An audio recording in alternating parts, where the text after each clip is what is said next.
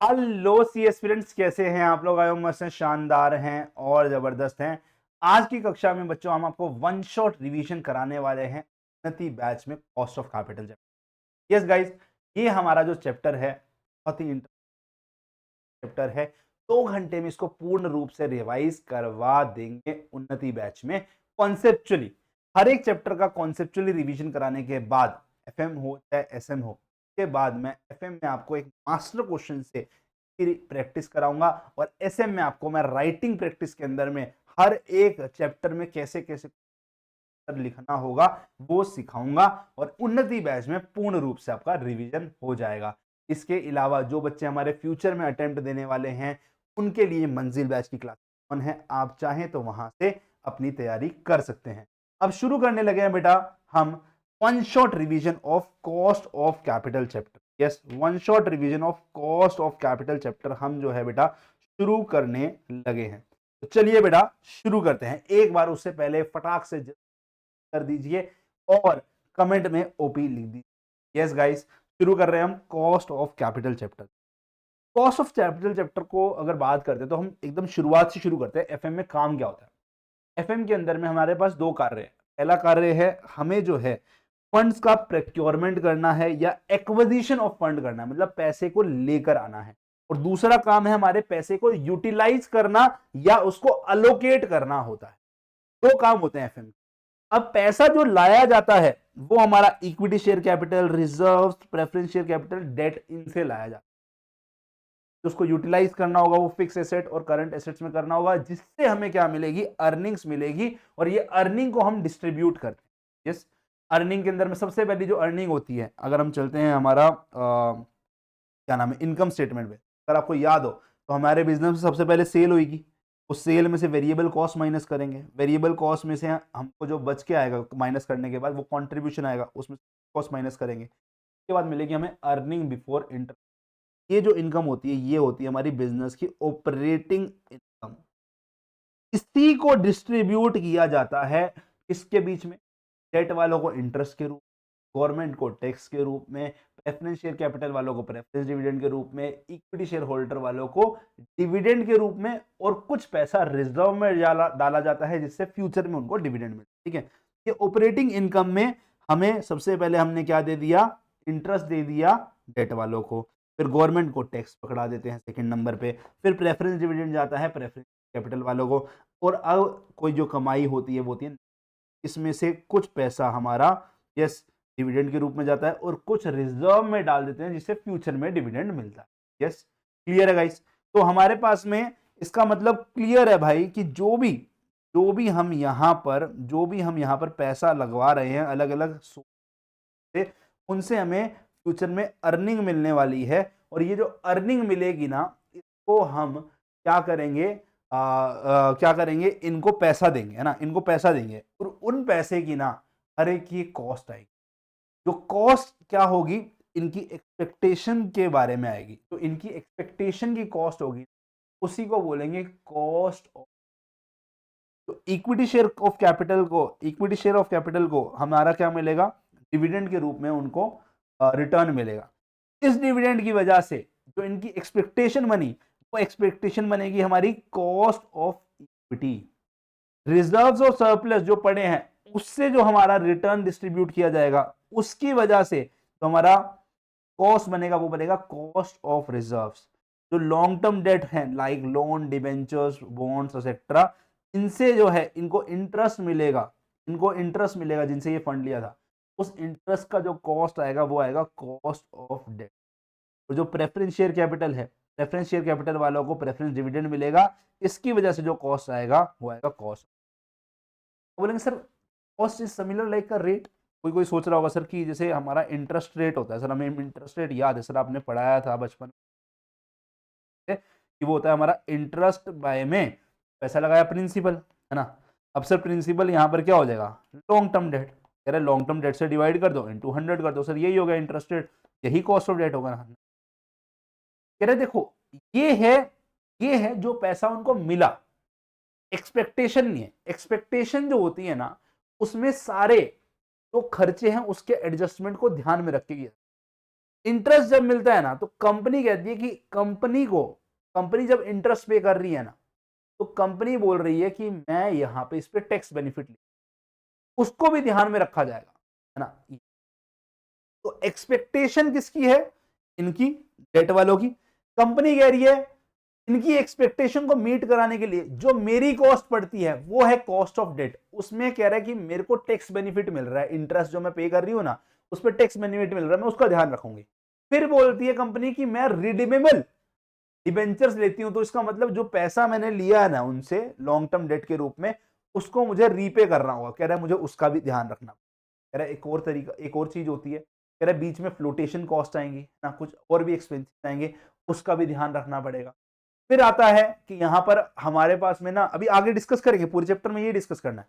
फिर आगे आता है कि हमारे पास में अगर इररेडीमेबल डिबेंचर हुआ, मतलब पैसा हमने उधारी पे ले लिया, फ्यूचर में इनको लॉन्ग टर्म में सिर्फ इंटरेस्ट देते रहना, जैसे परपेचुइटी पढ़ा था हम लोगों ने मैथमेटिक्स और फाइनेंस में फाउंडेशन में, वैसे ही कि लॉन्ग टर्म में हमें क्या देना है, उनको सिर्फ इंटरेस्ट पे करते रहना करते रहना करते रहना करते रहना है। तो अगर ऐसा सिनेरियो बनता है, अगर ऐसा सिनेरियो बनता है तो उस केस में अलग बात बनेगी, ठीक है ना। तो बोलेंगे हम इररेडीमेबल डिबेंचर का कॉस्ट, है ना, कॉस्ट ऑफ इररेडीमेबल डिबेंचर।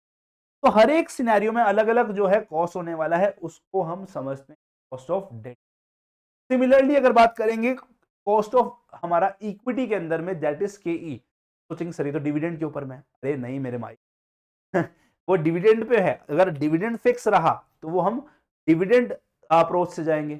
अगर हम ईपीएस को ध्यान में रख के करेंगे, कह रहे देखो डिविडेंड कितना बांटना है, रिजर्व कितना बांटना है, वो तो अलग मुद्दा है। कह रहा कमाई जो करके दे रहे हैं वो तो हमारी ईपीएस कमाई हो रही है या अर्निंग पर शेयर हो रहा है, जो मिल रहा है इक्विटी वालों को, जिनका जितना शेयर होगा उसको मल्टीप्लाई कर देना उससे। कह रहा है यस, कह रहा है उसके हिसाब से आपका सर रेट तय होना चाहिए। तो अर्निंग पर शेयर बाय में मार्केट पर शेयर इन 200 होगा। इसको आगे डिस्कस करेंगे। कह रहा है वो भी हो सकता है।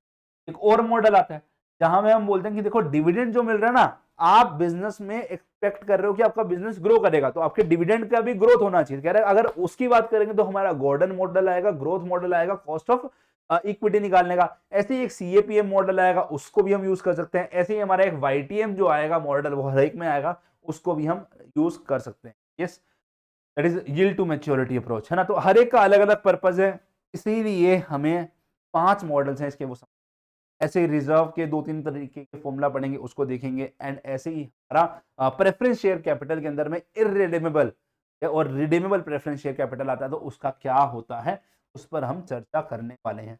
तो मतलब ये तो क्लियर हो गया कि हर एक की कॉस्ट तो है, हर एक की कॉस्ट तो है। इक्विटी वालों की कॉस्ट तो है केई, रिजर्व्स वालों की केआर, प्रेफरेंस वालों की केपी और डेट वालों की केडी। और जो ये कॉस्ट है ना, इस कॉस्ट का क्या करना है, कह रहे इस कॉस्ट का के अंदर में बहुत सारे पैरामीटर्स है जिसका ध्यान रखना है। अब ये हर एक फंड की कॉस्ट है। ओवरऑल फंड्स क्या है ये, इनकी जो ओवरऑल कॉस्ट बनेगी वो हम वेटेड मीन निकालते हैं। तो हमने मेजर ऑफ सेंट्रल टेंडेंसी पढ़ा था, सीए वेटेड मीन यहां भी पढ़ेंगे। ऑब्वियसली उसके अंदर में फॉर्मेटिंग वगैरह कुछ होगी, उसका ध्यान रखना है, ठीक है। तो हम वेटेड मीन निकालते हैं, इसको हम वैक भी बोलते हैं या फिर हम इसको ओवरऑल कॉस्ट ऑफ कैपिटल भी बोलते हैं ना। तो ये हम निकालेंगे, ओके। फिर अब सर इसका निकाल के करना क्या, देखो हमारी पूरी की पूरी एफएम का एक ही पर्पज है, हमें क्या करना है, शेयर होल्डर की वेल्थ को मैक्सिमाइज। अब शेयर होल्डर की वेल्थ को मैक्सिमाइज करने के लिए हमें क्या करना होगा, अपनी फर्म की वैल्यू को मैक्सिमाइज, शेयर होल्डर की वेल्थ मैक्सिमाइज, बिजनेस के हिस्सेदार जो हैं उनकी फ्यूचर में जो वेल्थ बनने वाली है उसको मैक्सिमाइज करने पे एफर्ट डालते हैं, जिसके लिए हम कहते हैं कि हमारी कंपनी की वैल्यू जो है ना ऑफ फर्म वो मैक्सिमाइज कर लो। अब इसके अलग अलग तरीके हैं। एक मॉडल होता है इसको निकालने का, बिजनेस ने जो कमा के दिया दैट इज ईबीआईटी, और बिजनेस का जो total overall cost of capital आया दैट इज। तो अगर मुझे इसको मैक्सिमाइज करना है और मैं बोलूं ये मेरा स्टेबल है, मतलब ये मेरा फिक्स है, तो मेरे को इसको मिनिमाइज करना होगा। हम यही कोशिश करते हैं कि हम इस प्रकार से इनका मिक्सचर लें, इसकी दाल भुजिया बनाएं, है ना, इसकी आलू भुजिया 10 लेग मिक्सचर वाली भुजिया बनाएं, कि जिस प्रकार से ये overall cost of capital minimum हो सके। ऑब्वियसली हर एक का एक रेट तो फिक्स हो जाएगा, बट मेरे को वेट्स तो अलग अलग है ना, मैं किससे कितना फंड ले रहा हूं उसके अकॉर्डिंगली मेरा चेंज होगा, मैं आगे समझाऊंगा ये बात। तो ये हमें मिनिमाइज करना है, ओके, क्योंकि इसको मिनिमाइज किया तो मेरे फर्म की वैल्यू मिनिमाइज होगी। और जो मिनिमम जो हमारा रेट ऑफ रिटर्न होता है ना धंधे का, वो हमारा केओ को मीट करना। Sir minimum rate of return कह रहे, देखो इन सब की जो एक्सपेक्टेशन है वो क्या है कि ओ मतलब प्रोक्योरमेंट ऑफ फंड जो किया की जो एक्सपेक्टेशन है कि ओ धंधे में कमा क्या रहे होगे, जरूरी थोड़ा ना ये कमा रहे होंगे, धंधे में कमा रहे होंगे हम रिटर्न ऑन इन्वेस्टमेंट। कह रहे ये जो रिटर्न ऑन इन्वेस्टमेंट है ना, ये मिनिमम जो है ना के ओ को मीट करनी, उससे ज्यादा भी हो सकती है, return on investment can be more और इक्वल टू के ओ, बट ये एटलीस्ट इससे मीट करनी चाहिए। तो हमें सबसे पहला पर्पज ये होता है कि हमारे जो फंड्स जिनसे हमने प्रोक्योर किया है उनकी एक्सपेक्टेशन को मीट करवा दो मेरे बिजनेस से, है ना। तो ये मेरा पर्पज है। तो ऑब्वियस बात समझ में आ गई सर, हमें इसको निकालना है और इस प्रकार से निकालना है कि केओ मिनिमाइज हो सके और फर्म की वैल्यू मैक्सिमाइज हो सके, ठीक है ना। ओके, यस गाइस, समझ में आया। तो इस चैप्टर का यही पर्पज है। इस चैप्टर में करना क्या होगा कि ई कैसे कैसे निकाल सकते हैं, के आर कैसे कैसे निकाल सकते हैं, के पी कैसे कैसे निकाल सकते हैं, के डी कैसे निकाल सकते हैं और उनसे वैक कैसे बनाते हैं, ये हमें समझना होगा। सिंपल, ठीक। ओके, यही पर्पज है इस चैप्टर का। और उसके अलावा कुछ थ्योरीज आएंगी छोटी छोटी सी। उसके अलावा हमारा एक आएगा मार्जिनल कॉस्ट ऑफ कैपिटल। तब ये होता है कि बिजनेस में अभी मेरा चल रहा है, मैंने कुछ फंड्स ले रखा है, उस वजह से मेरा वैक बना हुआ है, फिर मैं नया फंड जो लेकर आऊंगा, उस नया फंड लाने की वजह से मेरा जो नया कॉस्ट ऑफ कैपिटल बनेगा वो हमारा जो आएगा ना, वो आएगा मार्जिनल कॉस्ट ऑफ कैपिटल। वो हमारा एक अलग कॉन्सेप्ट। इस चैप्टर का जो मुद्दा है, जो पर्पस है, वो सिर्फ इतना ही है, इतना ही हमें समझना है। क्या बात समझ में आई? सर आप फंड ला रहे हो, इक्विटी से लाओ, प्रेफरेंस से लेकर आओ, डेट से लेकर आओ, क्यों सिंप्लीफाई नहीं कर देते? सबका रेट सेम है, सारी कंडीशन सब पे सेम लगा दो, बात खत्म हो जाएगी। ऐसा आप सोच रहे हैं, ऐसा होता नहीं है। क्यों? देखो कंपनी में हमने अभी डिस्कस किया, देखो कहाँ पे किया था, थोड़ा सा ऊपर किया था, नीचे किया था, जहां हमने इनकम स्टेटमेंट देखी थी, नीचे है ना। इनकम स्टेटमेंट में अभी हमने डिस्कस किया कि हर एक जो है ना यस लेवल पर उनको उनका रिटर्न मिलता है। सबसे पहले इंटरेस्ट रिटर्न ले जाता है, जो कि फिक्स रिटर्न ले जाता है। कह रहे भाई साहब आपके धंधे की कितनी भी कमाई हो, मेरे को 1,000 रुपये अगर मेरा इंटरेस्ट जा रहा है ना, हर बार इंटरेस्ट फिक्स जाना। ट्रस्ट वाले जो लोग हैं वो रिस्क खुद पे नहीं उठा रहे, कंपनी पे ज्यादा दे रहे। Interest is risky for the company, ठीक है ना। फिर आता है टैक्स, कह रहे हैं चलो इसको भूल जाता है अभी, कह रहे फिर प्रेफरेंस डिविडेंड आता है। अगेन अगर धंधे में प्रॉफिट हुआ तो हमें फिक्स प्रेफरेंस डिविडेंड जो 1,000 रुपये बन रहा है देना पड़ेगा, अगर धंधे में प्रॉफिट हुआ तो, ठीक है। ऐसे कुछ कुछ कंडीशन होती हैं, बट ये देना पड़ेगा फिक्स, ठीक है ना। सिमिलरली उसके बाद में हमारा जो बचा कुचा पैसा होगा उसमें से कुछ पार्ट डिविडेंड में जाएगा, कुछ पार्ट रिजर्व में जाएगा, मतलब पैसा बचेगा तो हमारा उसके बाद इक्विटी शेयर होल्डर वालों को डिविडेंड मिलेगा या उनके पैसे की बढ़ोतरी होगी रिजर्व के रूप में। इसका मतलब क्या है? सबसे ज्यादा रिस्क कौन उठा रहा है? ये इसका रिस्क ये है ना कि भाई साहब कमाई होगी तभी मुझे कुछ मिलेगा वरना नहीं मिलेगा। उसके बाद रिस्क ये है कि प्रॉफिट होगा तभी मुझे कुछ मिलेगा वरना नहीं मिलेगा। सबसे कम रिस्क उठा रहा है। तो हम यही बोलते हैं कि देखो कंपनी के पर्सपेक्टिव से अगर देखा जाए, ये तो हो गया पर्सन के हिसाब से, कंपनी के पर्सपेक्टिव से उल्टा हो जाएगा। इंसान जो सामने जो देने वाला है उसके हिसाब से सबसे कम रिस्की ये, तो कंपनी के लिए सबसे ज्यादा रिस्की ये हो जाएगा। मैं ये लिख देता हूँ, कंपनी पॉइंट ऑफ व्यू लिख देता हूँ, कंपनी पॉइंट, जैसे ऊपर लिखा हुआ है कंपनी के पॉइंट ऑफ व्यू से सबसे रिस्की क्या हो जाएगा? डेट, क्योंकि डेट को तो फिक्स देना ही देना है ना, कुछ कमाई हो ना हो। फिर प्रेफरेंस शेयर कैपिटल, अगर प्रॉफिट हुआ तो फिर ये लेगा ही जाएगा ही जाएगा, फिर बचा कुछ ये लेके जाता है। तो सोचो, तो जितना ज्यादा रिस्की उसको हम उतना कम रेट देना चाहिए। कि जो फिक्स मांग रहा है बोलेगा ओ भाई साहब आप सुनो मेरी बात, फिक्स मांग रहे हो भाई, थोड़ा समझो, मेरे को कमाई हो ना हो मुझे देना ही पड़ेगा, इतना रिस्की कैरियो है। आपका जो कॉस्ट है ना, एक्सपेक्टेशन है वो हमारी सबसे कम होगी। और सबसे ज्यादा किसकी होगी? इनको आप बोल रहे हो कि भाई मैं कमाई करूंगा तो दूंगा, आप चाहोगे क्या इनके लिए मैक्सिमम जो कॉस्ट ऑफ कैपिटल है बन सके, क्योंकि कमाई होगी तो देंगे भाई, बढ़िया होगी, प्रॉफिट बढ़िया होगा तो देंगे। तो बोलेंगे भाई के अंदर तेरे को जितना भी होगा ना, मतलब कह रहा है मैं इसको अगर मैक्सिमाइज कर दूं ना ऑटोमेटिकली इन सबके पर्पस में पूरे कर लूंगा। मेरा पर्पस हमेशा क्या रहेगा? जो मेरे बिजनेस में इक्विटी शेयर कैपिटल वाले हैं ना, उनके रिटर्न को मैक्सिमाइज करने की ऑटोमेटिकली, क्योंकि इनका इनका जो एक्सपेक्टेशन सबसे ज्यादा है, क्योंकि ये सबसे ज्यादा कम रिस्की है कंपनी, ठीक है ना।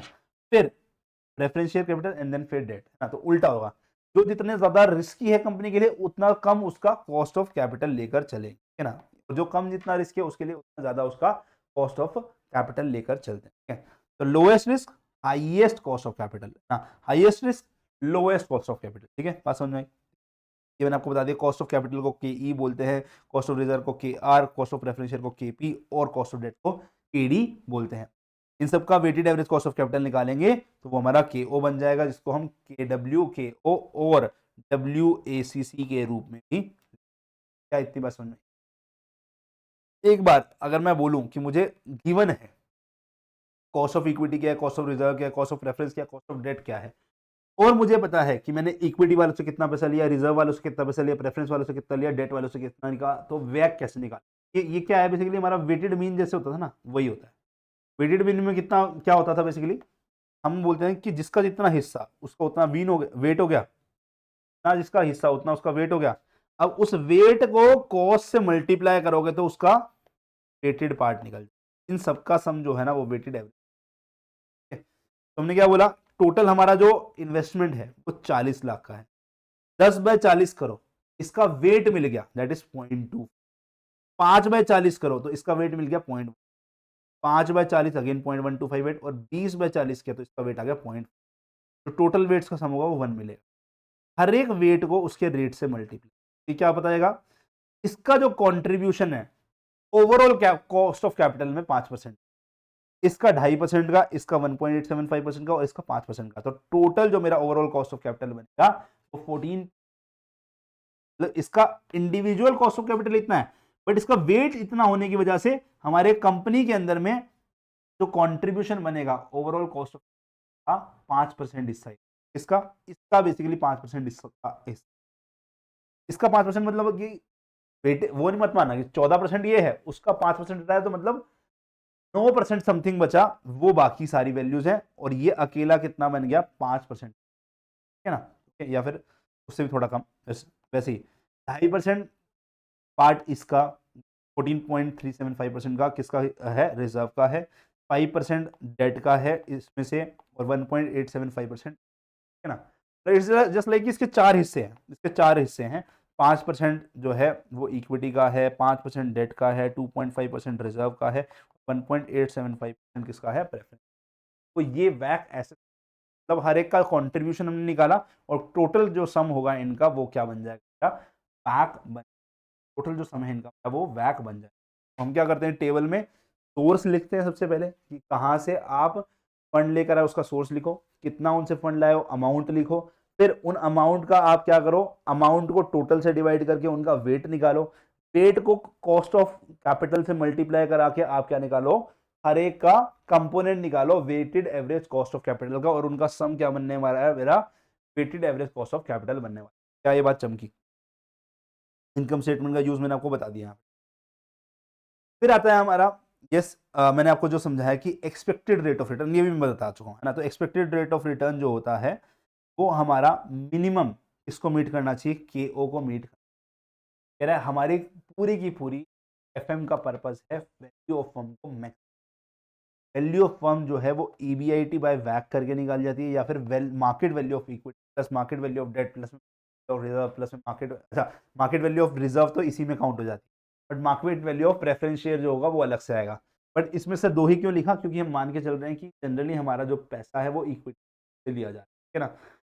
जो मार्केट वैल्यू ऑफ रिजर्व होगी ना वो ऑटोमेटिकली इसमें काउंटेबल होती है, ये आगे हम डिस्कस भी करेंगे, ठीक है। यस, तो बुक वैल्यूज हैं वो अलग अलग होती हैं, बट जो मार्केट वैल्यू बनेगी ना वो क्या होगी, रिजर्व का जो वैल्यू होगा ना वो ऑटोमेटिकली, अब जो आपको शेयर की वैल्यू दिख रही होती है ना, यस, वो उसमें रिजर्व का जो अमाउंट है ना, क्योंकि वो है किसका, वो है इक्विटी वालों का ना, वो भी काउंटेड हो, simple. Yes, now meaning of cost of capital, पढ़ो इसको एक।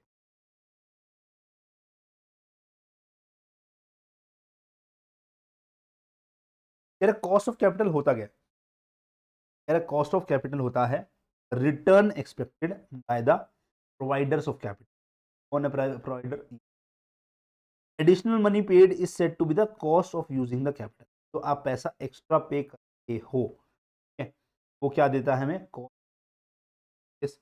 The cost of capital express is the rate is use to discount compound to cash flow और स्ट्रीम ऑफ कैश, का मतलब क्या है आगे मैं आपको बताऊंगा।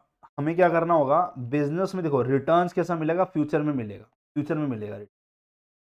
अभी हम फ्यूचर जब चैप्टर पढ़ेंगे ना, इन्वेस्टमेंट डिसीजन चैप्टर पढ़ेंगे या फिर और चैप्टर्स पढ़ेंगे, उसमें क्या मिलेगा, मुझे क्या करना होगा ना, मैंने जो आज कैश फ्लो किया, दैट इज कैश आउटफ्लो मेरे धंधे में किया, उसके कंपैरिजन में जो मेरे ये फ्यूचर में कैश इनफ्लोज आएंगे ना, जो फ्यूचर में कैश इनफ्लोज आएंगे, कैश इनफ्लो 2, ये कैश इनफ्लो बन गया, कैश इनफ्लो 3 बन गया, ये कैश 4 बन गया, 5 बन गया, इन सब की ना मुझे क्या करनी होगी प्रेजेंट में, मतलब होता है ना टाइम वैल्यू ऑफ मनी हमने पढ़ा था, उसमें क्या करते हैं हम चेक करते हैं सबसे पहले इससे कंपैरिजन करने के लिए इसको प्रेजेंट में कन्वर्ट करते हैं। तो जो प्रेजेंट वैल्यूज निकालते हैं ना, तो प्रेजेंट वैल्यू का जो रेट होगा ना वो हमारा के ओ लेकर चल, वो ये बोल रहा है, कह रहा है कि जो हम कैश फ्लोज को कंपेयर करने के लिए तो हम रेट लेके चलेंगे, दैट मींस जो फ्यूचर वैल्यू को प्रेजेंट वैल्यू में कन्वर्ट करने के लिए जो रेट लेकर चलेंगे ना वो हम केओ लेकर चलेंगे। तो कह रहा है इसका ये यूज है, यूटिलाइजेशन ऑफ फंड्स के टाइम पर जो आप कमाई करोगे वो कैश इनफ्लोज होंगे,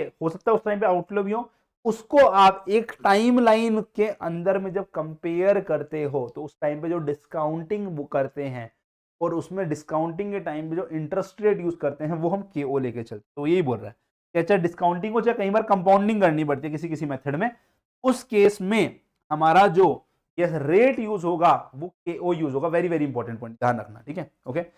हम कॉस्ट ऑफ कैपिटल को cut off rate, hurdle rate या मिनिमम रेट ऑफ रिटर्न भी, इस hurdle rate, cut off rate या मिनिमम रेट ऑफ रिटर्न भी बोलते हैं, ठीक है सर। इसका यूज केस क्या है, कह रहे ये हमें फ्रेम करने में हेल्प करता है डेट पॉलिसीज कि डेट पॉलिसीज किस प्रकार से बनानी चाहिए, कितना रेट होना चाहिए, रिस्क को कैसे मेजर करके कितना रिटर्न का रेट होना चाहिए, सारे क्वेश्चन सारे पैरामीटर्स को ध्यान रखते हो। पैरामीटर्स क्या आएंगे, फ्लोटेशन कॉस्ट आएगा, हमारा रिडीमेबल डिबेंचर है या इरिडीमेबल डिबेंचर है, टैक्स बेनिफिट कंपनी कितना उठा रही है, सब चीजों को ध्यान में रखते हुए हम क्या करते हैं अपनी डेट पॉलिसीज बनाते हैं। और सेकंड हमारे को कैपिटल बजटिंग डिसीजन में हेल्प करते हैं। What is capital budgeting decision, again investment जहां करनी है वो डिसीजन लेने को हम कैपिटल बजटिंग डिसीजन भी बोलते हैं। यस, तो इन्वेस्टमेंट कहां करनी है वो बेटर है या कौन सा ऑप्शन बेटर है उसको हमें चेक करने में हेल्प करता है, ओके। थोड़ा सा थ्योरेटिकल एस्पेक्ट है, कह रहा है what is the significance of cost of capital, कह रहा है सिग्निफिकेंस क्या है, कह रहे हैं ये हमारे को इन्वेस्टमेंट ऑप्शन वैल्यूएट करने में हेल्प करता है, हमारे को फाइनेंशियल डिसीजन लेने में हेल्प करता है कि कहाँ से फाइनेंस लाना चाहिए, बेसिकली कैपिटल स्ट्रक्चर जो बनेगा ना हमारा, उसमें कितना इक्विटी शेयर कैपिटल होना चाहिए, कितना रिजर्व होना चाहिए, कितना प्रेफरेंस शेयर कैपिटल होना चाहिए, कितना डेट होना चाहिए, इसमें हेल्प करता है। और हमारे लिए ऑप्टिमम क्रेडिट पॉलिसी बनाने में हेल्प करता है। ऑप्टिमम क्रेडिट पॉलिसी मतलब जिससे मेरा minimum overall cost of capital है उसको बनाने में हेल्प करती है। तो ये बात ओके। कुछ कीवर्ड्स जिसमें बच्चा कंफ्यूज होता है, इसकी वजह से तो मैं अलग से डिस्कस नहीं कर लेता कोई गाइस। ये सारे जो आपको नोट्स दिखा रहा हूं ना बेटा, ये मेरी लाइव क्लास जो मैं पढ़ा रहा हूं ना उसके नोट्स में से कुछ चीजें काटी बाटी है। काटी बाटी को समझते हो, कुछ चीजों को मैंने हटाया है और मैंने आपको यहाँ पर उसके नोट्स प्रेजेंट, अलग से नोट्स नहीं है, ताकि आपको समझ में आए कि हमारी जो लाइव क्लास चलती है ना उसका फीलर क्या होता है। तो ये सब चीजें हम बहुत डिटेल में डिस्कस करते हैं। जितना मैंने अभी आपको पढ़ा दिया ना, इतना मेरा 2-2.5 घंटे का टॉपिक होता है। ऑब्वियसली उसमें बहुत सारे एग्जांपल्स देंगे, सारी चीजों को बात करेंगे। अभी हमारा रिवीजन चल रहा है, यस, इसलिए हम इसको इस तरीके से ले रहे हैं ताकि क्रिस्प में सारी चीजें मेरे बच्चे रिकॉल कर सके और क्वेश्चन में गलती ना करके आए, चाहे आप कहीं से पढ़े हो। इन चीजों का ध्यान रखा तो गलती नहीं करो, ठीक है यस। तो शुरुआत करते हैं। हर एक वर्ड का, हर एक कीवर्ड पे इंपॉर्टेंट वर्ड है, ध्यान देना। सबसे पहला वर्ड है फेस। फेस वैल्यू क्या होती है, शेयर प्राइस, आपका टाइम का। फिर इशू प्राइस क्या है, इशू प्राइस के अंदर क्या होता है, आपका फेस वैल्यू पे प्रीमियम या discount. Issue price is the price जो इशू किया गया, फेस वैल्यू क्या है, शेयर का प्राइस, उस प्राइस पर जो सामने से जब हम देख रहे हैं मार्केट में क्या हो रहा है, डिमांड सप्लाई के गेम के अकॉर्डिंगली प्रीमियम या डिस्काउंटिंग हो सकती है। हो सकता है कि मेरा इशू करा मैंने 100 रुपए पे, बट डिमांड इतनी तगड़ी आई तो मैंने बोला इसको 110 पर बेचूंगा, तो ये 110 इशू प्राइस बन गया। फेस वैल्यू जो 100 रुपए थी, डिमांड बोलेंगे इसको सस्ते में बेच दो 90 रुपए में, तो 90 रुपए कंपनी के अकाउंट्स में जो उसका शेयर का वैल्यू होगा वो बन जाता है बुक वैल्यू। और करंटली जब इशू हो गया, आईपीओ निकल गया, मार्केट में ट्रेंड करने लग गया, कंपनी जो है 4-5 साल बीत गई, उसके बाद उसका जो प्राइस आप अगर आपको उस टाइम पे शेयर खरीदना है, फिर जो शेयर का प्राइस उस टाइम पर होगा ना, वो होगी उसकी मार्केट वैल्यू या मार्केट प्राइस ना। यस, तो अगर आप बोलते हो ना, जैसे अगर हम बोलते हैं कि रिलायंस का शेयर 1100 रुपए का है, तो वो मार्केट वैल्यू बता रहा है। बट रिलायंस का प्राइस जब इशू हुआ था, वो इशू हुआ था मान लो 20 रुपए पे, वो इशू प्राइस था। बट उस टाइम पे जो फेस वैल्यू थी वो 10 रुपए थी, तो मतलब 10 रुपए प्रीमियम था, 10 रुपए फेस वैल्यू। बुक वैल्यू क्या है? जो उसके अकाउंट्स में शेयर का प्राइस दिखा। Yes, okay okay. तो इंटरेस्ट क्या होता है? कह रहा है इंटरेस्ट रेट वो होता है बेसिकली जिसमें हम कंपाउंडिंग और डिस्काउंट जनरली करते हैं ना। बोलते ना कि हमारे को, हमने किसी से उधारी ली, तो हमने जो एक्स्ट्रा पैसा दिया उसका रेट निकाल दिया, मतलब परसेंटेज में वैल्यू निकाल दी, है ना, या प्रपोर्शन में वैल्यू निकाल दी, तो हमारा इंटरेस्ट रेट होता है। उस पर हमारी कंपाउंडिंग या डिस्काउंटिंग होती है। कंपाउंडिंग या डिस्काउंटिंग मतलब होता है कि हम क्या करते हैं, अपनी सारी वैल्यूज को अगर फ्यूचर में दिखाना चाहते हैं, फ्यूचर में हम उसको दिखाना चाहते हैं, तो हम क्या करते हैं, कंपाउंडिंग करते हैं कि टाइम वैल्यू ऑफ मनी का इफेक्ट उस रेट पर किया जाता है ना, कूपन रेट या इंटरेस्ट रेट पर किया जाता है। अगर मैं उसको प्रेजेंट में, मतलब मैं पीछे दिखाना चाहता हूं, तो मैं उसको डिस्काउंटिंग करता हूं। हम बोलते हैं उस रेट का हम डिस्काउंटिंग के लिए यूज करते हैं। ओके, तो यहां पर ये बात का ध्यान रखना। बेनिफिट ऑफ टैक्स शील्ड तो ध्यान समझना। आपको बोला कि इंटरेस्ट पे बेनिफिट होता है टैक्स शील्ड। कैसा मतलब? क्या हुआ कि देखो, समझो मेरी बात। अगर मान लो मैंने डेट लिया 1 लाख रुपए, 1 लाख का डेट लिया, इस पर मैंने 4,000 रुपए का इंटरेस्ट पे किया, और बोला गवर्नमेंट ने हमारा जो है ना टैक्स रेट जो चल रहा है वो 50% का चल रहा है। आपने बोला मैंने 50% का टैक्स जो है वो पे कर दिया है,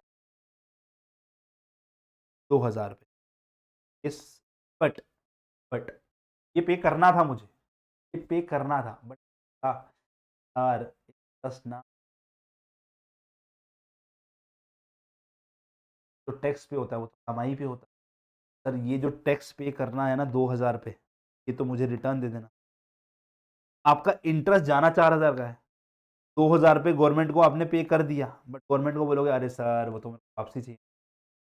आप क्या बोलोगे गवर्नमेंट को? वो वापसी दे दो। खर्चा 4,000 था, बट आपने क्या किया, 2,000 गवर्नमेंट से वापसी किया, क्योंकि तो आपके एक्सपेंस में दिखा ये इंटरेस्ट का जो नेट खर्चा पड़ा वो 2,000 रुपये। बात समझ में आई? लेकिन गवर्नमेंट को आपने 2,000 रुपये किया, 4,000 रुपये आपने इंटरेस्ट का नेट वालों को दिया। अब जो 2,000 आपने इंटरेस्ट जो वो पे किया, सर ये मेरा एक्सपेंस था, तो वापस दो। ये मेरा एक्सपेंस था, मेरे अर्निंग का एक फाइनेंशियल एक्सपेंस है ये मुझे आपने जो काटा ना, ये मुझे वापस दो। तो आप बोलोगे बेसिकली इस एक्सपेंस में से ये मुझे बेनिफिट हो गया, तो मेरा एक्चुअल खर्चा क्या बना, वो 2,000 रुपये बन गया। तो जो टैक्स बेनिफिट है वो कितना हो गया मेरा, ये 2,000 के रूप में हो। बात समझ में? दोबारा रिपीट करता हूँ, 4,000 रुपये आपका एक्सपेंस था, ये था एक्सपेंस, और टैक्स जो आपने पे किया उससे आपने गवर्नमेंट से वापस ले लिया, तो इस टैक्स का बेनिफिट आपको हो गया 2,000 का। तो आपका एक्चुअल एक्सपेंस कितना आया, 2,000 रुपये आया। इंटरेस्ट रेट इसके हिसाब से निकलता, बट मेरा कॉस्ट ऑफ डेट जो होगा वो इसके हिसाब का होता। ठीक है, तो ये है benefit of tax. Okay, maturity period में क्या वर्ड होता है हमारा, क्या होता है कि जब हम रिडीमेबल डिबेंचर लेते हैं ना, तो मान लो मैंने 10 लाख रुपए का डेट लिया, इस 10 लाख रुपए को मुझे 10 साल बाद पे करना पड़ गया वापस, मतलब इसके ड्यूरेशन में मैंने इंटरेस्ट तो पे कर दिया, बट 10 साल बाद मुझे क्या करना पड़ा, ये वापस से रिटर्न भी करना पड़ा जिनसे मैंने डेट लिया था। अब ये जो मैंने रीपे किया वो 10 साल बाद किया, तो जो 10 साल है वो मेरा मैच्योरिटी पीरियड। मतलब जो रिडीमेबल डिबेंचर्स हैं या रिडीमेबल प्रेफरेंस शेयर कैपिटल है, उसका पीरियड जो होगा ना, कितने साल बाद उसको रीपे करना है, वो हमारा आएगा मैच्योरिटी पीरियड। ठीक है, रिडीम्पशन वैल्यू मैंने बता दिया आपको, जो आपकी रिडीमेबल वैल्यू है, जो आपको जो आपके मैच्योरिटी होने के बाद आपको रीपे करनी पड़ेगी, वो होती है मेरी रिडीमेबल वैल्यू या redemption value. Flotation cost, business के अंदर में आपने बोला कि मेरा जो है ना 100 रुपए का ना 100 रुपए का मैंने शेयर इशू, उसको इशू करते के टाइम पे ना कुछ पैसा मैंने ब्रोकरेज को दे दिया, पैसा मैंने गवर्नमेंट को दे दिया, है ना, कुछ मेरा बेसिकली पेपर वर्क वगैरह के अंदर में जो सारा वो खर्चा है ना, लाइक खर्चा क्या है हमारा यहाँ पर, हमारा जो शेयर इशू करने के लिए ब्रोकर को गया, कुछ गवर्नमेंट की फैसिलिटीज को गया, गवर्नमेंट की कुछ पेपर वर्क में गया, एक्सेट्रा, सारा फ्लोटेशन कॉस्ट है। मेरा जो इशू प्राइस था वो दिख तो रहा है मान लो 110 रुपए, बट मेरा इसमें फ्लोटेशन कॉस्ट हो गया मान लो 2 रुपए। मेरा एक्चुअल में जो है ना बिजनेस में नेट प्रोसीड्स आया, that comes out to be 108 rupees. Flotation cost क्या है, मेरे खर्चे हैं इशू के टाइम पे होते, बट ये थोड़ा ध्यान देना, फ्लोटेशन कॉस्ट जो है ना वो टेढ़ी चीज है। यस, फ्लोटेशन कॉस्ट जो है ना वो टेढ़ी चीज है। एक सेकंड ना, क्या है मैं आपको समझाता हूँ। देखो ये सारे जो कॉस्ट एंड एक्सपेंसेस लिखा हुआ आ रहा है ना, मेरा फ्लोटेशन कॉस्ट, ध्यान समझना, मैंने 2 वर्ड यूज करें, कि मैं इन सब चीजों पे आता हूँ अभी, बट 2 वर्ड्स को मैंने यूज किया, उसको समझाता हूँ, नेट प्रोसीड्स और फ्लोटेशन। ठीक है, ये मेरे कॉस्ट एंड एक्सपेंसेस है ना, जिसमें इसके अंदर में फ्लोटेशन कॉस्ट होती है, फ्लोटेशन कॉस्ट। ठीक है, what is net proceeds? Net proceeds is what company receives. Company ने 100 रुपए का शेयर फेस वैल्यू पे था, उसको इशू किया प्रीमियम पे 110 रुपए का। अब इसको इशू करने के लिए ब्रोकर ले गया, कुछ गवर्नमेंट को वो चला गया 2 रुपए, तो कंपनी की जेब में जो पैसा आता है वो आता है नेट प्रोसीड, आता है नेट प्रोसीड। ये कब है? जब कंपनी ने शेयर इशू किया, मतलब इशू प्राइस कब यूज होता है, जब मैं न्यू इशू, अगर मान लो मेरा एग्जिस्टिंग मार्केट के अंदर में अभी शेयर चल रहा है ना, मार्केट में, ये है मेरा न्यू केस के लिए, जब मेरे न्यू शेयर इशू हो रहे हैं, जो मेरे एग्जिस्टिंग मार्केट में शेयर चल रहा है और उसको लोगों ने खरीदा, मान लो वो 130 रुपए का है, अब इस पर जो फ्लोटेशन कॉस्ट बोली गई है, पर फ्लोटेशन में तो 128 का नेट प्रोसीड, ये मेरा नेट। तो न्यू के केस में इशू प्राइस पर होता है और एग्जिस्टिंग के केस में तो यहां बच्चा करेगा गलती, ध्यान रखना। तो नेट प्रोसीड्स है ना, न्यू इशू के केस में इशू प्राइस पर होता है और एग्जिस्टिंग में हमारा किस पे होता है, मार्केट वैल्यू। अब मुद्दा आता है फ्लोटिंग कॉस्ट किस पे, फ्लोटेशन कॉस्ट किस पे निकाली जाएगी? फ्लोटेशन कॉस्ट हमारे पास में फेस वैल्यू है, मार्केट वैल्यू है, और हमारे पास में इशू प्राइस है। ध्यान से समझ, फ्लोटेशन कॉस्ट किस पर निकाली जाएगी? तो कई बार तो क्वेश्चन में डायरेक्ट बोलेगा flotation cost is percentage of market price, is in percentage of issue price, is in percentage of face. Question में कई बार डायरेक्ट बोलेगा, फिर तो कोई चिंता का बात ही नहीं है। बट अगर आपको क्वेश्चन में इशू प्राइस, मार्केट वैल्यू और फेस वैल्यू, मार्केट वैल्यू और फेस वैल्यू तीनों दे रखा है ना, और कुछ बोला नहीं है, तो क्या करेंगे सर? कुछ बोला नहीं है तो याद रखना, अगर अगर क्वेश्चन में कुछ बोला नहीं है और आपको निकालना है न्यू शेयर का, से जाओ जो बोल रहा हूं, अगर आपको निकालना है न्यू शेयर का, आप क्या करोगे, इशू प्राइस पर ले लोगे, इनको भूल जाओगे। अगर आपको निकालना है इस करंट सिचुएशन है, मतलब करंट सिचुएशन क्या मतलब कि एग्जिस्टिंग न्यू शेयर पहले इशू हुए थे, मेरा ऑब्वियस सी बात है, बट मान लो इशू प्राइस दे ही नहीं रखा, मेरे को इशू प्राइस दे ही नहीं रखा, तो मैं क्या करूंगा, कह रहा है फिर मैं मार्केट प्राइस को प्रेफरेंस दूंगा, फेस नहीं। ध्यान रखना, गड़बड़ यहां होती है, जब मुझे फेस वैल्यू और मार्केट प्राइस दे रखा होगा, यस, तो उस केस में मेरा जो फ्लोटेशन कॉस्ट अगर परसेंटेज में दिया है, फ्लोटेशन कॉस्ट अगर मेरा परसेंटेज में दिया है, तो वो परसेंटेज किसका होगा, परसेंटेज मेरा मार्केट वैल्यू का होगा, वो मेरा फेस वैल्यू का नहीं होगा। सर आप कराया था, मैंने जो क्वेश्चन कराया था वो 2021 का कराया था, उसमें 2024 वाला जब मैंने क्वेश्चन कराया, मैंने आपको इसको करेक्ट भी कराया हुआ है, मार्केट वैल्यू पहले इस पर ले लेते थे कई बार फ्लोटेशन कॉस्ट, ध्यान रखना आपको मार्केट वैल्यू पर ही लेकर सारी मत क्रिएट करना, तो मार्केट वैल्यू पर ही, नॉट गिवन। अगर इशू प्राइस और फेस वैल्यू गिवन है तब भी इसको देंगे, अगर सिर्फ फेस वैल्यू गिवन है फिर तो टेंशन ही खत्म ना, फिर हम फ्लोटेशन कॉस्ट का परसेंटेज निकाल लेंगे। ध्यान रखना इन छोटी छोटी बातों का। ओके, अब निकालते हैं सारे कॉस्ट। ओके, तो हमने बोला हमारे पास रिडीमेबल डिबेंचर है, इररिडीमेबल डिबेंचर। रिडीमेबल डिबेंचर मतलब कि कुछ साल बाद, ये मैंने डिस्कस कर लिया ना, जैसे 10 साल बाद मुझे मान लो 2 लाख रुपए मैंने मान लो 10 साल पहले मैंने लॉन्ग टर्म डेट से लिए थे, तो मुझे 10 साल बाद जो पे वापस से करना होगा वो वैल्यू होगी हमारी रिडीमेबल, ठीक है ना। यस, तो ये रिडीमेबल वैल्यू है। अब इसमें क्या होगा, मुझे यहाँ पे कुछ इंटरेस्ट मिल रहा है, हर एक में कुछ इंटरेस्ट मिल रहा है। इस इंटरेस्ट पे मैं गवर्नमेंट से टैक्स बेनिफिट उठा रहा हूँ, तो मुझा जो कॉस्ट है वो टैक्स बेनिफिट माइनस करके होने वाला है ना। तो ये जा रहा है, ये जा रहा है, ये जा रहा है, ये जा रहा है, और यहाँ पे कुछ रिडीमेबल वैल्यू होगी। यहाँ से मुझे इनको मिलेगा क्या, नेट। कंपनी को मिलता है नेट प्रोसीड्स, कंपनी पे करती है रिडीमेबल वैल्यू, और कंपनी को बीच में जो इंटरेस्ट मिलता है उस पर मिलता है टैक्स बेनिफिट। अच्छा, इंटरेस्ट में अगर हम बोलते हैं ना, टैक्स का मान लो T% है ना, तो T% ऑफ इंटरेस्ट निकाल,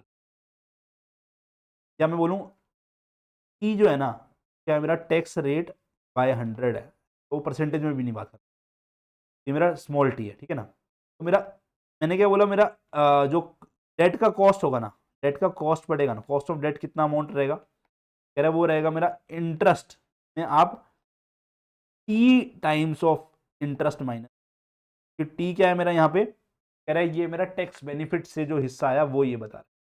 अगर नोटिस करोगे तो क्या बन जाएगा, इंटरेस्ट इंटू 1 माइनस, अपने अगर इंटरेस्ट कॉमन, क्या बोलते हैं, हर एक की वजह से यहाँ पर जो कॉस्ट बनता है वो इंटरेस्ट 1 माइनस, ध्यान रखना इस बात, समझ में आया, and so on. Again irredeemable debenture में भी वैसा ही है, तो हमारे को हर एक के केस में यहाँ पे जो बनेगा ना, ये जो क्या मिलेगा, इंटरेस्ट मिलेगा, इंटरेस्ट मिलेगा। कंपनी को जो कॉस्ट पड़ेगा उसका, वो पड़ेगा इंटरेस्ट इंटू 1 माइनस, कंपनी को जो कॉस्ट पड़ेगा वो बनेगा इंटरेस्ट इंटू।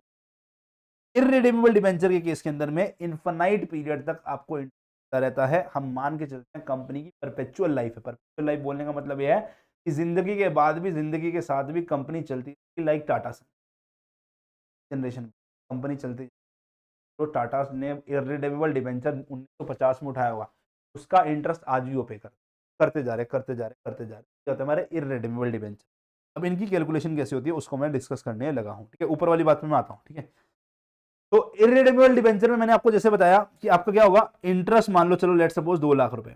अब इस इंटरेस्ट पर आप क्या बोलोगे, मैं टैक्स बेनिफिट उठा रहा हूँ। टैक्स बेनिफिट अगर बोलते हैं हमारा टैक्स रेट 30% का है, मेरा डेसिमल में क्या हो गया रेट, कह रहे 30/100.3, तो आप क्या कहोगे, इंटरेस्ट में से मैंने टैक्स बेनिफिट उठाया टी टाइम्स ऑफ इंटरेस्ट ना, तो ये मेरा टैक्स बेनिफिट हो गया, ठीक है। मेरे को जो कॉस्ट पड़ी ना, कॉस्ट पड़ी ये पड़ी है। अब ये कॉस्ट रेट वाली कॉस्ट नहीं है, मेरा एक्चुअल में खर्चा जो मैंने पे किया, या बोलूंगा मेरा कंपनी को खर्चा पे किया, जो कंपनी को खर्चा पे किया, that is this way, interest into minus interest minus tax into tax into, this is tax, this is tax benefit. Okay, अगर मैं इसमें से इंटरेस्ट कॉमन ले लूँ तो क्या होगा, इंटरेस्ट इंटू 1 माइनस टैक्स, ये हो गया मेरा कॉस्ट, ठीक है, नॉट इन रेट, ये मेरा एक्चुअल कॉस्ट है ना, एक्चुअल लिख दो यहाँ पे, actual cost, not in rate. अब इसको रेट में कन्वर्ट करने के लिए क्या करेंगे हम नेट प्रोसीड से डिवाइड करेंगे। नेट प्रोसीड क्या है, डेट से कंपनी को जो मिल रहा है वो नेट प्रोसीड। नेट प्रोसीड में क्या हुआ बेसिकली, जो लॉन्ग टर्म डेट है उसमें flotation cost minus, long term debt जो हमें इशू किया गया उसमें से हम flotation cost minus, long term debt का जो भी मार्केट वैल्यू पे रेट चल रहा था उस रेट पे मेरे को जो इशू किया गया तो मुझे मिला क्या, माइनस फ्लोटेशन। नेट प्रोसीड्स मेरे को उसको डिवाइड कर दिया। दिस इज व्हाट कंपनीज पे, this is what company receives, इनका रेशियो इनटू 100 अगर मैंने किया तो कॉस्ट ऑफ डेट है, समझो ना। It's just like a principal, कह रहे प्रिंसिपल ये हो गया और कंपनी कह रही है मेरा खर्चा ये हो गया, तो खर्चे को प्रिंसिपल से डिवाइड करते हैं इनटू 100, हमारा क्या बनता है, कॉस्ट ऑफ डेट। तो ये कॉस्ट ऑफ डेट इस तरीके से हमारा निकाला जाता है। बात समझ में याद हो गया, ओके, याद रखना है बात को, ओके, ये हमारा इसका फॉर्मूला बनता है। Sir cost of redeemable debentures में हम क्या करते थे, कह रहे देखो रिडीमेबल डिबेंचर में ये वाला पार्ट तो सेम है, इंटरेस्ट इंटू 1 माइनस, बट क्या होता है, नेट प्रोसीड्स में क्या होगा, हमारा इशू प्राइस, इशू प्राइस इसमें क्या है, फेस वैल्यू प्लस प्रीमियम घुसा हुआ है, ये आता है, जनरली बोल रहा हूं, है ना, कई बार ये मार्केट प्राइस भी आ सकता है। और इसमें हमारा जो है ना, इसमें हमारा फ्लोटेशन कॉस्ट माइनस, रोटेशन, ठीक है, कॉस्ट माइनस किया जाता है, रोटेशन कॉस्ट माइनस।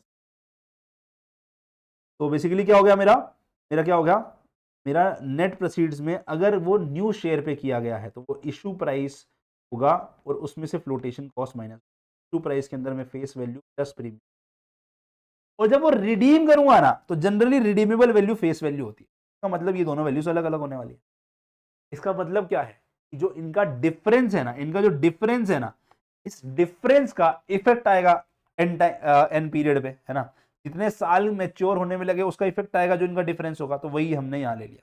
कह रहे जो हमारा खर्चा होगा ना, वो खर्चा कैसे होगा मेरा कॉस्ट का, कह रहे हमारा इंटरेस्ट इंटू 1 माइनस टैक्स, हर एक जो कंपोनेंट है उसका हिस्सा हमने यहाँ देख लिया, प्लस में जो इनका डिफरेंस होगा ना, डिफरेंस क्यों होगा, क्योंकि हमने प्रीमियम इशू किया, हमने फ्लोटेशन कॉस्ट भरी, उसकी वजह से यहाँ पे डिफरेंस आया। तो हमने वो डिफरेंस का नंबर ऑफ ईयर्स जो मैच्योरिटी के लिए, n is what, number of years जो मैच्योरिटी के लिए है, उससे डिवाइड कर दिया। तो यहां पर ये एक्चुअल खर्चा दिखा रहा है।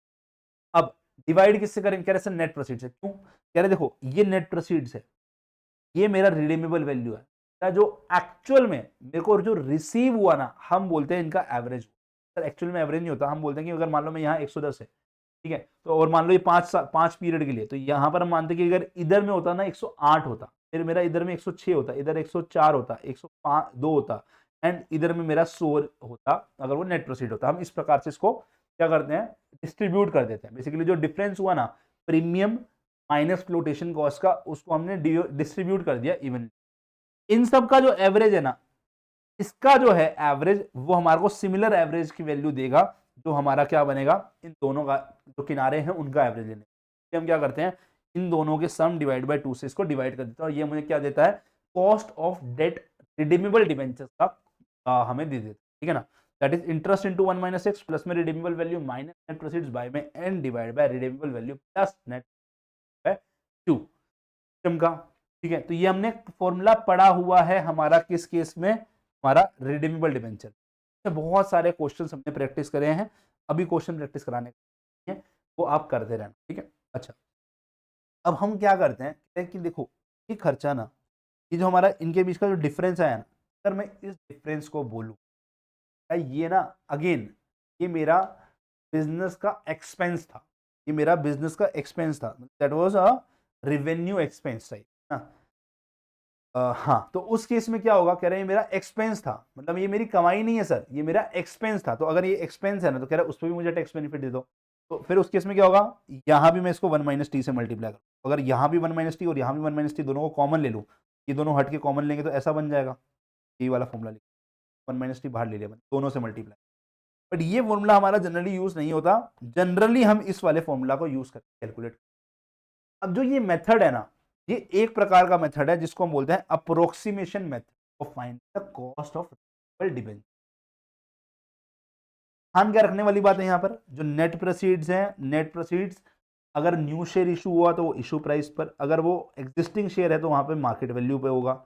इसमें इशू प्राइस में हमारा फेस वैल्यू प्लस प्रीमियम भी आता है ना। इसमें से हम क्या करते हैं, फ्लोटेशन कॉस्ट माइनस, ये मेरे नेट प्रोसीड्स की वैल्यू बनती है। जो फ्लोटेशन कॉस्ट है हमें उस पर ध्यान रखना पड़ता है किस वैल्यू पे निकाला जा रहा है, ये पहला मुद्दा है। फिर redeemable value generally flotation cost, generally हमारी फेस वैल्यू होती है, अगर बताया नहीं गया, वरना कई बार वो बता देगा। Yes, okay. फिर क्या करना है, डायरेक्ट फॉर्मूला पुट करना है, सब वैल्यूज गिवन होंगी, आपका सीधा सीधा आंसर आ जाता है, ठीक, इजी क्वेश्चन बनता है। दूसरा एक और मेथड आता है हमारा YTM method, yield to maturity method. ये मेथड को समझ में क्या रहता है, इसमें आप क्या करते हो, हम टाइमलाइन बना लेते हैं। ये जो टाइमलाइन बनी ना, ये जो टाइमलाइन बनी, टाइमलाइन बना ली, अरे देखो ये 0th ईयर है, फर्स्ट ईयर है, सेकंड ईयर है, थर्ड ईयर, ये फोर्थ ईयर, ये फिफ्थ ईयर है ना, या इसको ऐसे करके मान लो nth ईयर है ना, इसलिए कि 0th ईयर, ये first year, second, third year करके nth ईयर है। तो हम बोलते हैं 0th ईयर का प्राइस याद करो, जैसे अगर आपको थोड़ा थोड़ा याद हो, CA फाउंडेशन हम NPV निकालते थे, पता है, NPV नेट प्रेजेंट वैल्यू। तो क्या करते थे वहां पर, ईयर 0 है, उसके रिस्पेक्ट में उसके कैश फ्लोज लिख लो, जेब से, है ना, जो जाता है उसको हम जनरली आउटफ्लो बोलते हैं। अब यहां पर इन्वेस्टर पॉइंट ऑफ व्यू से बात कर रहे हैं, जो पैसा जिन्होंने डेट दिया, कह रहे उसकी पॉइंट ऑफ व्यू से जा क्या रहा है, नेट प्रोसीड, इसको नेगेटिव मान। उसको जो रिसीव हुआ, वो क्या क्या हुआ, कह रहे ये तो ये 1 to n ईयर में हमारे को जो रिसीव हुआ हम उसको बोलते हैं इंटरेस्ट इंटू 1 माइनस। फिर उसको जो इंटरेस्ट रिसीव हुआ बेटा उस पर वो टैक्स पे करेगा इवेंचुअली। ध्यान रखना टैक्सेशन थोड़ा वो ध्यान से हो, जो कंपनी का जो कॉस्ट पड़ता है ना वही एक्चुअल में रिसीव करता है। अरे नहीं सर वो तो इंटरेस्ट रिसीव है, उस पर टैक्स पे कर देगा, तो उसको जो रिसीव होगा वो इंटरेस्ट इंटू 1 माइनस टैक्स होगा। कंपनी को जो कॉस्ट पड़ रहा है ना टैक्स शील्ड के बाद वो एक्चुअल इसलिए पे कर रहा है, गवर्नमेंट बोल रही है सुनना बता रही हूँ क्या खर्चा है ना तो बेनिफिट है वैसा, ये इंटरेस्ट इंटू 1 माइनस टैक्स बन जाए। ठीक है, फिर उसके बाद में nth ईयर के अंदर में उसको रिडीमेबल वैल्यू में ये मिला, कह रहे ये रिडीमेबल। अब क्या किया हमने, डिस्काउंटिंग फैक्टर याद है 1 बाय में 1 प्लस आई की पावर एन, ये ले लिया और उसके अकॉर्डिंगली वैल्यूज लिख दी। यस ये किया हमने है ना, यस तो ये जीरोथ ईयर में किया हमने, ये सब लिखा हुआ है बेटा मैं ऊपर से इसलिए ऐसा करके बता रहा हूँ। Zeroth year 1 to n year, zeroth year में क्या मिला, नेट प्रेजेंट जो है हमारे डेट वाले जो फंड कर रहे हैं उनकी गया 1 to n ईयर के अंदर में उनको इंटरेस्ट इंटू 1 माइनस टैक्स मिला, nth ईयर में उनको रिडीमेबल वैल्यू ही मिली। ठीक है, डिस्काउंटिंग फैक्टर क्या है मेरा 1 बाय में 1 प्लस आई की पावर n, इसके थ्रू से हमने क्या किया डिस्काउंटिंग फैक्टर्स निकाले, ये सारी वैल्यूज। इसको अगर मैं कैश फ्लो से मल्टीप्लाई कराऊंगा तो मुझे प्रेजेंट वैल्यू मिल जाएगी, इसको अगर मैं कैश फ्लो से मल्टीप्लाई तो मुझे present value of cash flow मिल जाएगी। अब हम क्या करेंगे इसको अलग अलग रेट पे करेंगे, एक लोअर रेट पे एक लोअर रेट पे।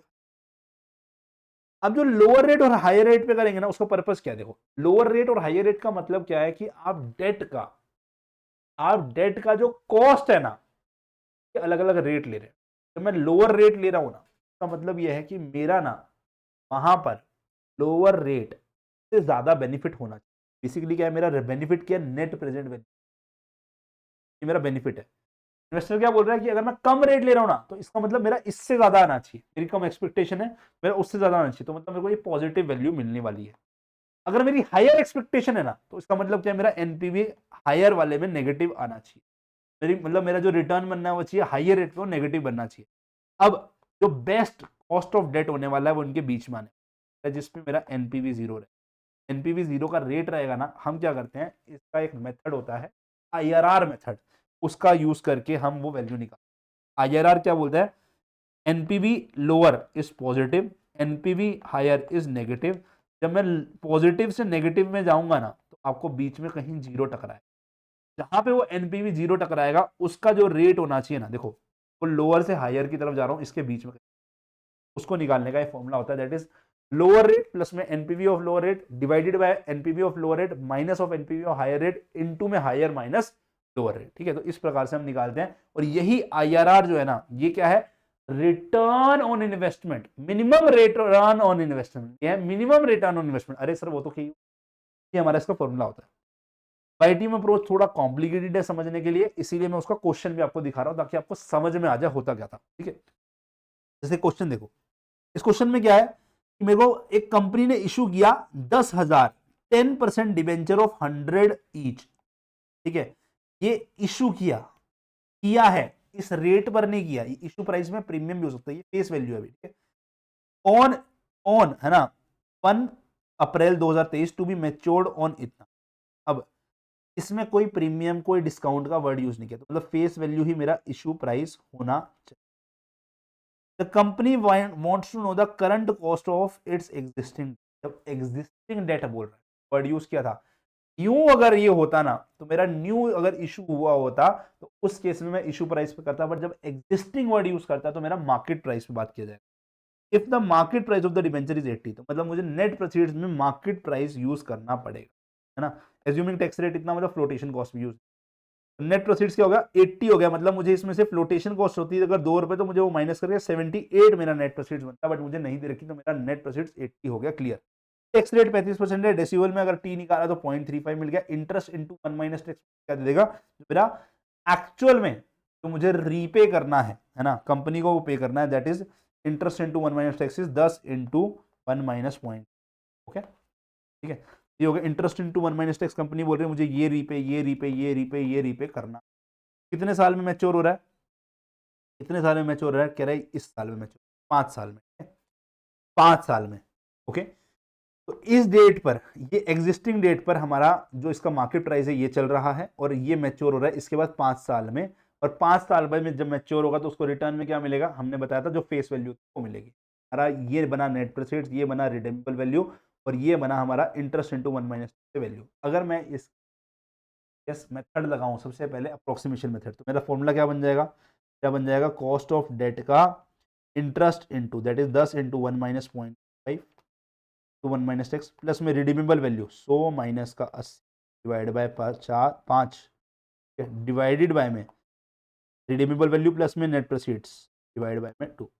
यहाँ से मुझे सीधा कॉस्ट ऑफ डेट मिल, ऑब्वियसली डेसिमल में आएगी, इंटू 100 कर लेना, आपको परसेंटेज में आंसर मिल जाएगा। ओके, सीधा सीधा मिलेगी।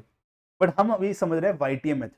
अच्छा, कई बार क्या होता है ना, हमें समझ में नहीं आता कि लोअर रेट कौन सा होगा, हायर रेट कौन सा होगा, तो उसमें बैकएंड में रफ में कैलकुलेशन करके आप एक बार cost of debt through approximation method निकाल लेना, क्योंकि दोनों मेथड से ना अलग अलग आंसर आता है। इट्स ओके, चलता है ना, तो कोई फर्क नहीं है, बिकॉज ये पर्सपेक्टिव का गेम है। तो कॉस्ट निकालने का है ना, वो पर्सपेक्टिव का गेम है, तो अलग अलग पर्सपेक्टिव हो गया, अलग अलग फॉर्मूला से अलग पर्सपेक्टिव बन गया, तो अलग अलग आंसर आएगा। बट अप्रोक्सीमेशन मेथड में ना हमारे को नियर बाय जो रेट है वो पता चल जाएगा कि मुझे लोअर और हायर किसके अराउंड लेना है, आप कैलकुलेशन कर लेना, ठीक है। ओके, यस, तो हम अभी क्या करेंगे, हम वाईटीएम मेथड में क्या करेंगे, ईयर 0 में मेरे को इन्वेस्टर क्या बोल रहा है, मैं क्या पे करना पड़ा, कह रहे मेरे को जो नेट प्रोसीड्स है ना वो मेरा पे होगा कंपनी को, है ना। कह रहे जो बाकी हुआ वो तो किसी और को होगा ना, कह रहे फ्लोटेशन कॉस्ट किसी और, कोई प्रीमियम जो हुआ कह रहे वो अलग चीज है ना, वो सब चीजों को देख लिया हमने, उसको एडजस्ट कर लिया, उसके हिसाब से कंपनी को पे जो हुआ नेट प्रोसीड से 80 रुपए पे हुआ, कंपनी को जो पे हुआ उसको, तो इनकी जेब से नहीं, कंपनी को जो पे हुआ वो कह रहा है 80 रुपए हुआ। कंपनी से जो रिसीव हुआ, इन्वेस्टर कह रहे जो कंपनी से रिसीव हुआ मुझे, फाइनल जो रिसीव हुआ है ना, जो रिसीव हुआ वो interest into 1 minus tax receive, yes, 6.5 करके हुआ, कह रहे कितना 1 to 5 ईयर के लिए, तो 1 ईयर के लिए, 2 ईयर के लिए, 3 ईयर के लिए, 4, ओके, 5th ईयर में ये हो गया। अब इसको 1 2 3 4 5 करके भी लिख सकता था, मैंने 1 to 5 लिख दिया, तो यहाँ पर क्या करूंगा मैं, discounting year 1 year 2 year 3 year 4 year 5 की ऐड कर रखा है। बेसिकली क्या हुआ, हमारा जो रेट होगा हर एक साल का मैंने ऐड कर रखा है। डिस्काउंटिंग किस रेट पे करनी है, डिस्काउंटिंग किस रेट पे करनी है, कह रहे वो आप तय करो सर, तो हमने यहाँ लोअर रेट ले लिया 15%, ये मेरा लोअर रेट ले लिया 15%, और एक हायर था, लोअर रेट ले लिया मैंने 10%, हायर रेट लिया मैंने 15%। अच्छा, मतलब मैंने एक अजम्पशन लिया होगा 15% का, मैं बोला देखते हैं लोअर है हायर पता चल जाएगा। अगर वो हायर रेट होगा ना तो उसमें एनपीवी नेगेटिव आएगा, वही आया। अगर वो लोअर रेट होगा एनपीवी पॉजिटिव आएगा। अगर मेरा किसी रेट पर एनपीवी नेगेटिव आ गया, इसका मतलब क्या है, वो हायर रेट है, तो उससे कम जाना पड़ेगा लोअर की तरफ, है ना, तो मैंने कम किया, उससे मेरे को एक पॉजिटिव एनपीवी। जब मैं यहां से यहां बीतूंगा बढ़ूंगा तो मेरे को एनपीवी 0 मिलेगा, वो मेरा होगा कॉस्ट ऑफ, है ना, तो ये निकालना। यस, तो हमने अलग अलग रेट पे डिस्काउंटिंग किया, यस, अलग अलग रेट पे डिस्काउंटिंग किया। ये बेटा हमने बहुत डिटेल में समझा हुआ है, जिसको ये बात समझ में नहीं आती है इसके लिए आप चाणक्य ना, मैं अगर ये समझाऊंगा यही मेरा 20-25 मिनट खा जाएगा ना, या मैंने मैथमेटिक्स और फाइनेंस की अलग से क्लास आप लोगों के लिए डाली हुई है, उसमें समझ लेना, ठीक है। सीएफ सीए इंटर के स्टूडेंट समझ सकते हैं, ओके गाइस, ठीक है ना। तो यहाँ पर हम ये वैल्यूज निकालते हैं, ये बेसिकली क्या है, ये मेरा, ये हमारा 1 to 5 ईयर का सम करके गया हो, that is present value of inter, या फिर डिस्काउंटिंग फैक्टर एक्यूमुलेटेड, या डिस्काउंटिंग फैक्टर ऑफ एन्युटी, है ना, या फिर present value of interest of annuity, इसे अलग अलग नाम है इसके। ओके, ये हमने क्या किया, वैसे करके इसको निकाला हुआ है। अब क्या किया, इसको इससे मल्टीप्लाई, इसको इससे मल्टीप्लाई, ये वैल्यूज बन गई है, इन सब का जो है, इनका सम माइनस दिस वैल्यू, ये बना इनका सम माइनस। अब ये सारी रेट्स मिल गया मुझे, this is lower rate, this is higher rate, है ना। मैंने फॉर्मूला में पुट किया लोअर रेट प्लस में NPV of lower rate by में NPV of lower rate minus NPV of higher rate into में हायर रेट माइनस, पुट किया, मेरे को क्या मिल गया, आईआरआर मिल गया, तो आईआरआर मिल गया। बात समझ में आई, काम खत्म।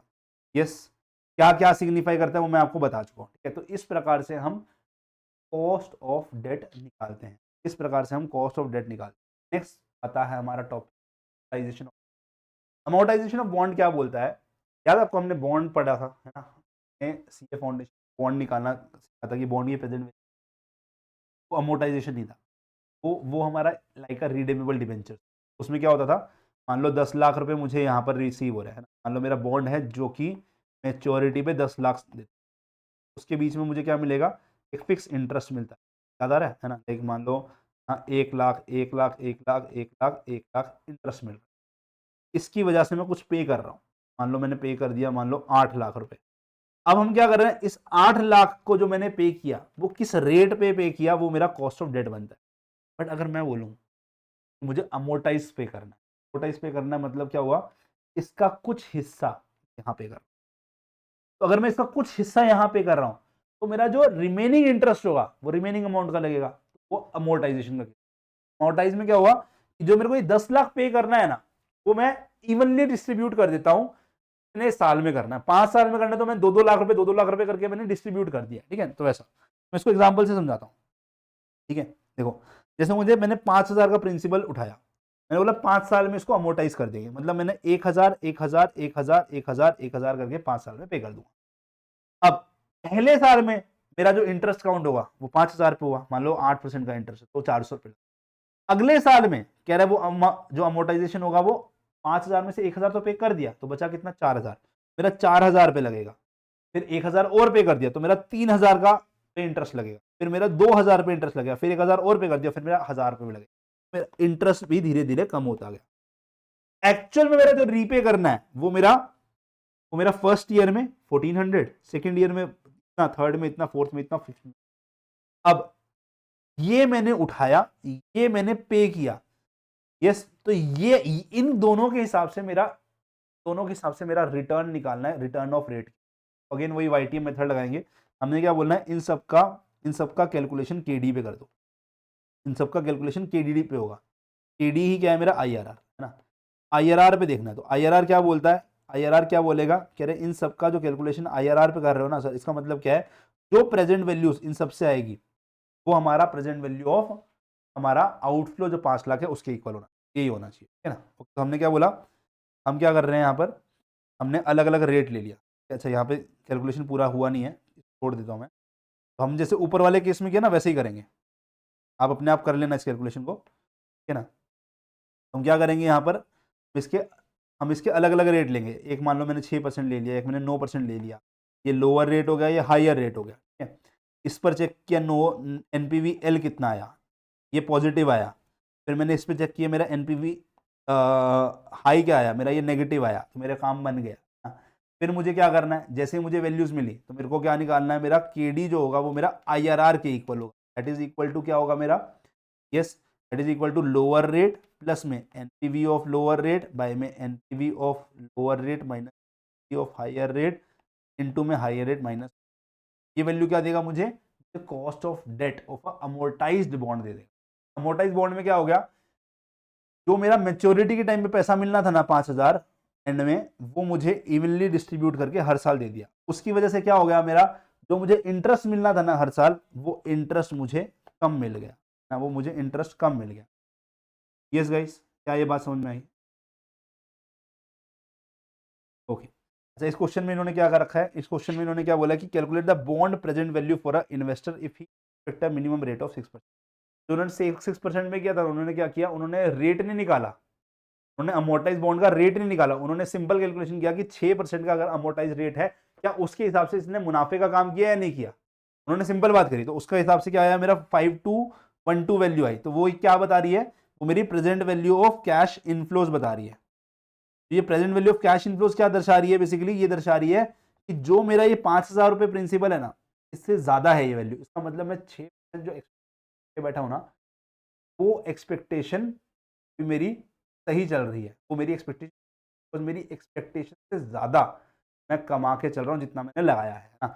एक्सपेक्टेशन 6% है, उससे भी है ना मैंने 212 रुपए एक्स्ट्रा ऊपर कमा लिया है, मैं सही एक्सपेक्टेशन लेकर चल रहा हूं, उसमें कोई दिक्कत नहीं है। तो ये बेसिकली उन्होंने दूसरे एंगल से पूछा, मैंने आपको रेट बता दिया कि इतनी एक्सपेक्टेशन हो सकती है, एक्सपेक्टेशन हो सकती है यार, R0 ये एक्सपेक्टेशन, ठीक है।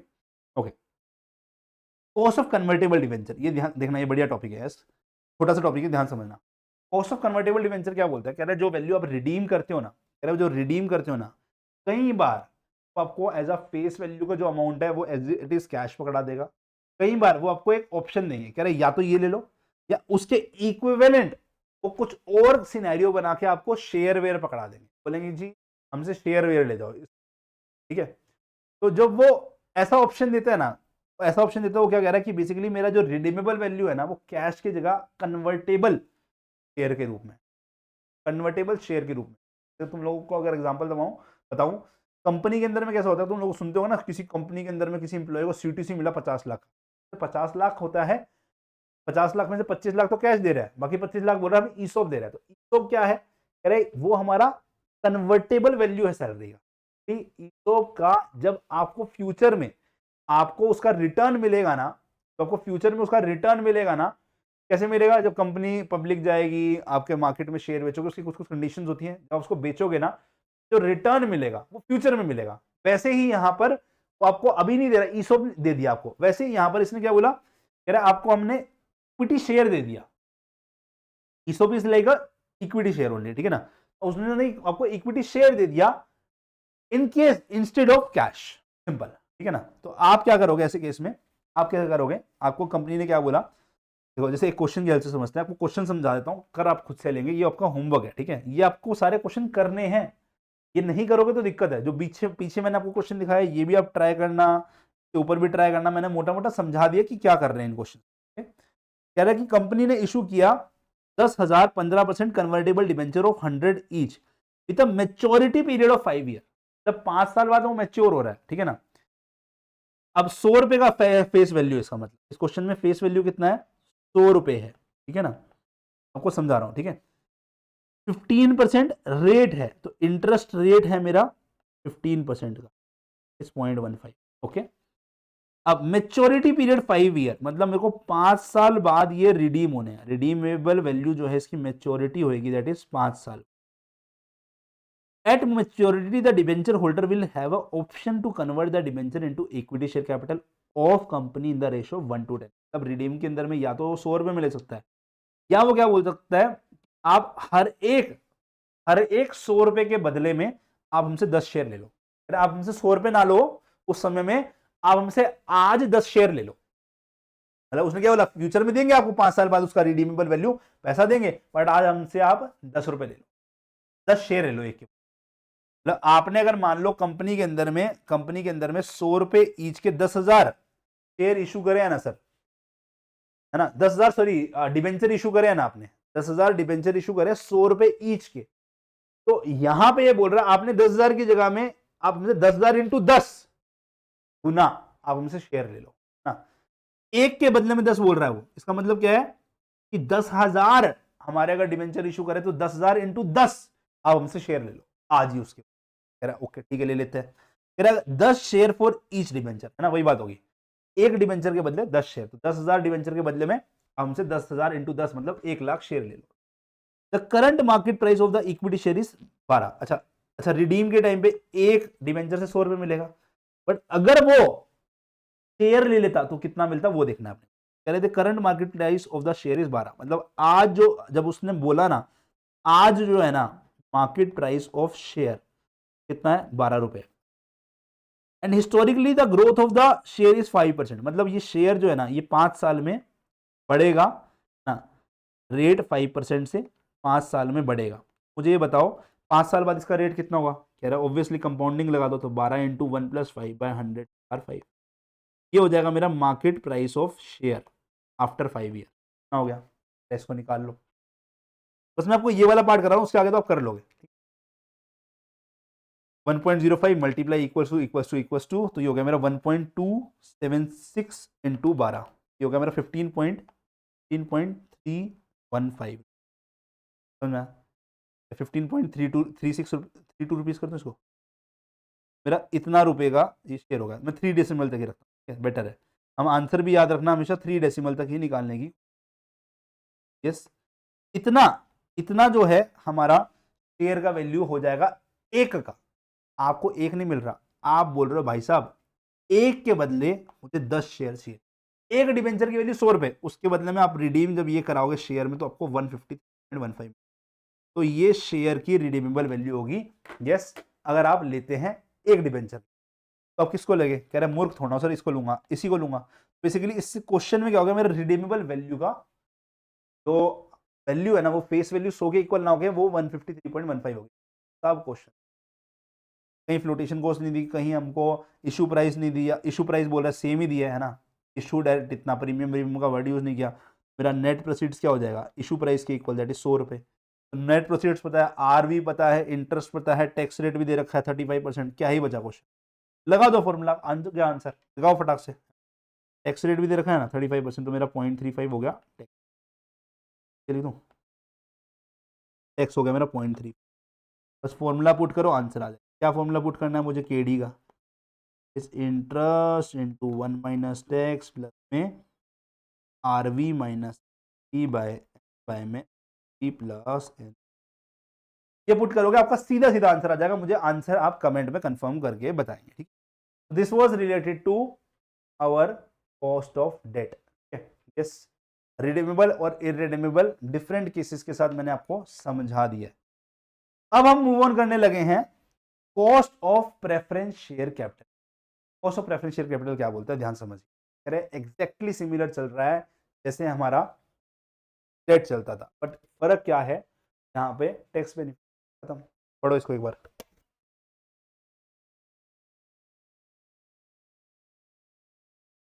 क्या बोला मैंने, यहाँ पे क्या है, बस सर टैक्स बेनिफिट नहीं है, यहाँ पे टैक्स बेनिफिट नहीं है, तो यहाँ पे क्या होता था, interest by 1 minus tax net proceeds की जगह में interest into 1 minus tax, preference dividend आ गया बाय में net proceeds.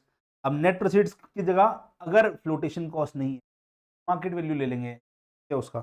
Yes, similarly preference dividend plus में इंटरेस्ट इंटू 1 माइनस टैक्स यहाँ था ना, इसकी जगह में क्या ले लिया हमने, हमारा इंटरेस्ट की जगह में प्रेफरेंस डिविडेंड आ गया 1 माइनस, जरूरत ही नहीं है क्योंकि यहाँ पर बेनिफिट लगेगा नहीं। क्यों नहीं लगेगा, दो वर्ड की वजह, ध्यान समझ। हमारा जो प्रेफरेंस डिविडेंड होता है ना, दैट्स अप्रोप्रिएशन ऑफ प्रॉफिट, मतलब प्रॉफिट से बढ़ता है वो। यहाँ पे एक मैंने स्लाइड छोड़ी थी, याद करो, इसलिए छोड़ी थी, ऊपर में आएगा। जो डिविडेंड और प्रेफरेंस डिविडेंड है वो अप्रोप्रिएशन ऑफ प्रॉफिट है, मतलब वो प्रॉफिट का हिस्सा है। जबकि हमारा ये charge on profit before tax है, प्लस हमारा चार्ज होता है, तो हमारा बोल रहे हैं वो हमारा एक्सपेंस का खर्चा है, तो वहां पर टैक्स बेनिफिट उठाओ।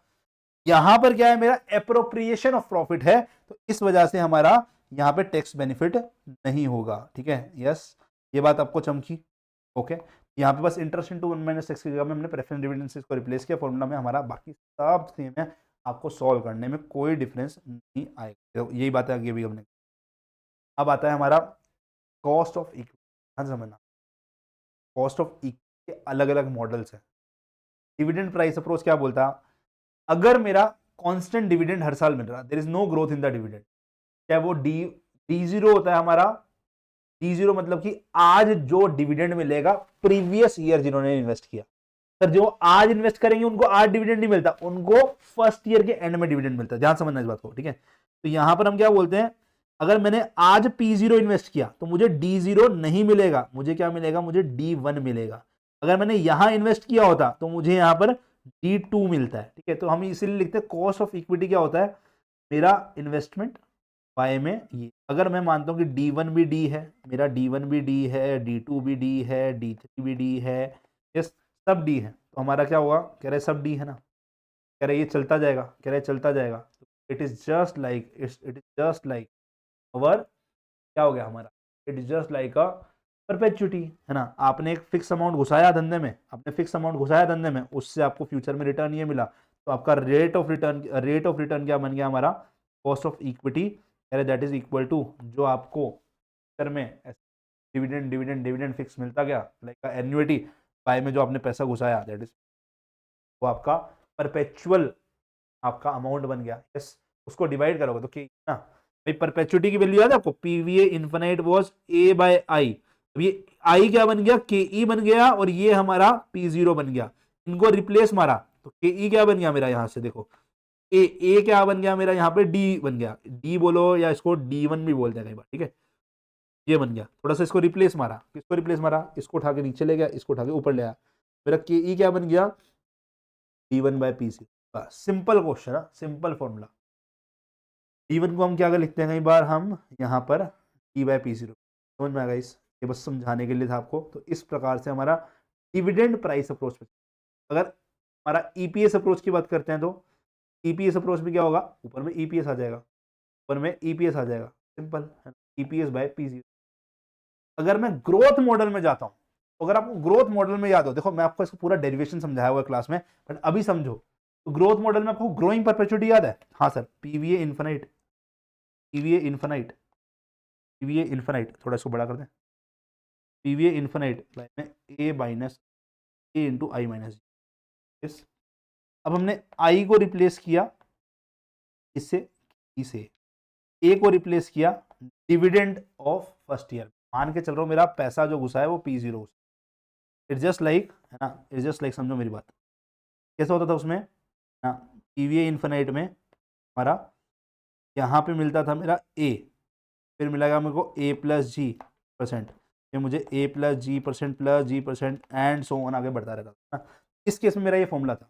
अब इस ए, ये जो ए है ना, ये मेरा क्या हो गया, मेरा ये हो गया मेरा D1, ये हो गया मेरा P0, तो मैंने इसको इसी से रिप्लेस करना है, यस, ठीक है।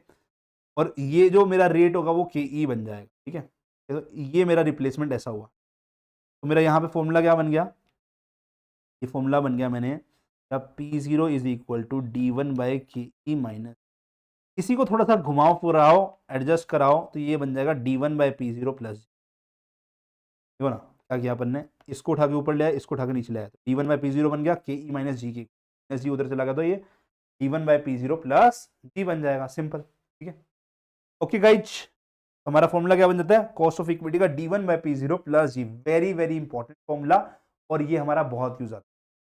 कई बार क्वेश्चन में D1 नहीं दे रखा होगा, आपको D0 दे रखा होगा, समझ लेना।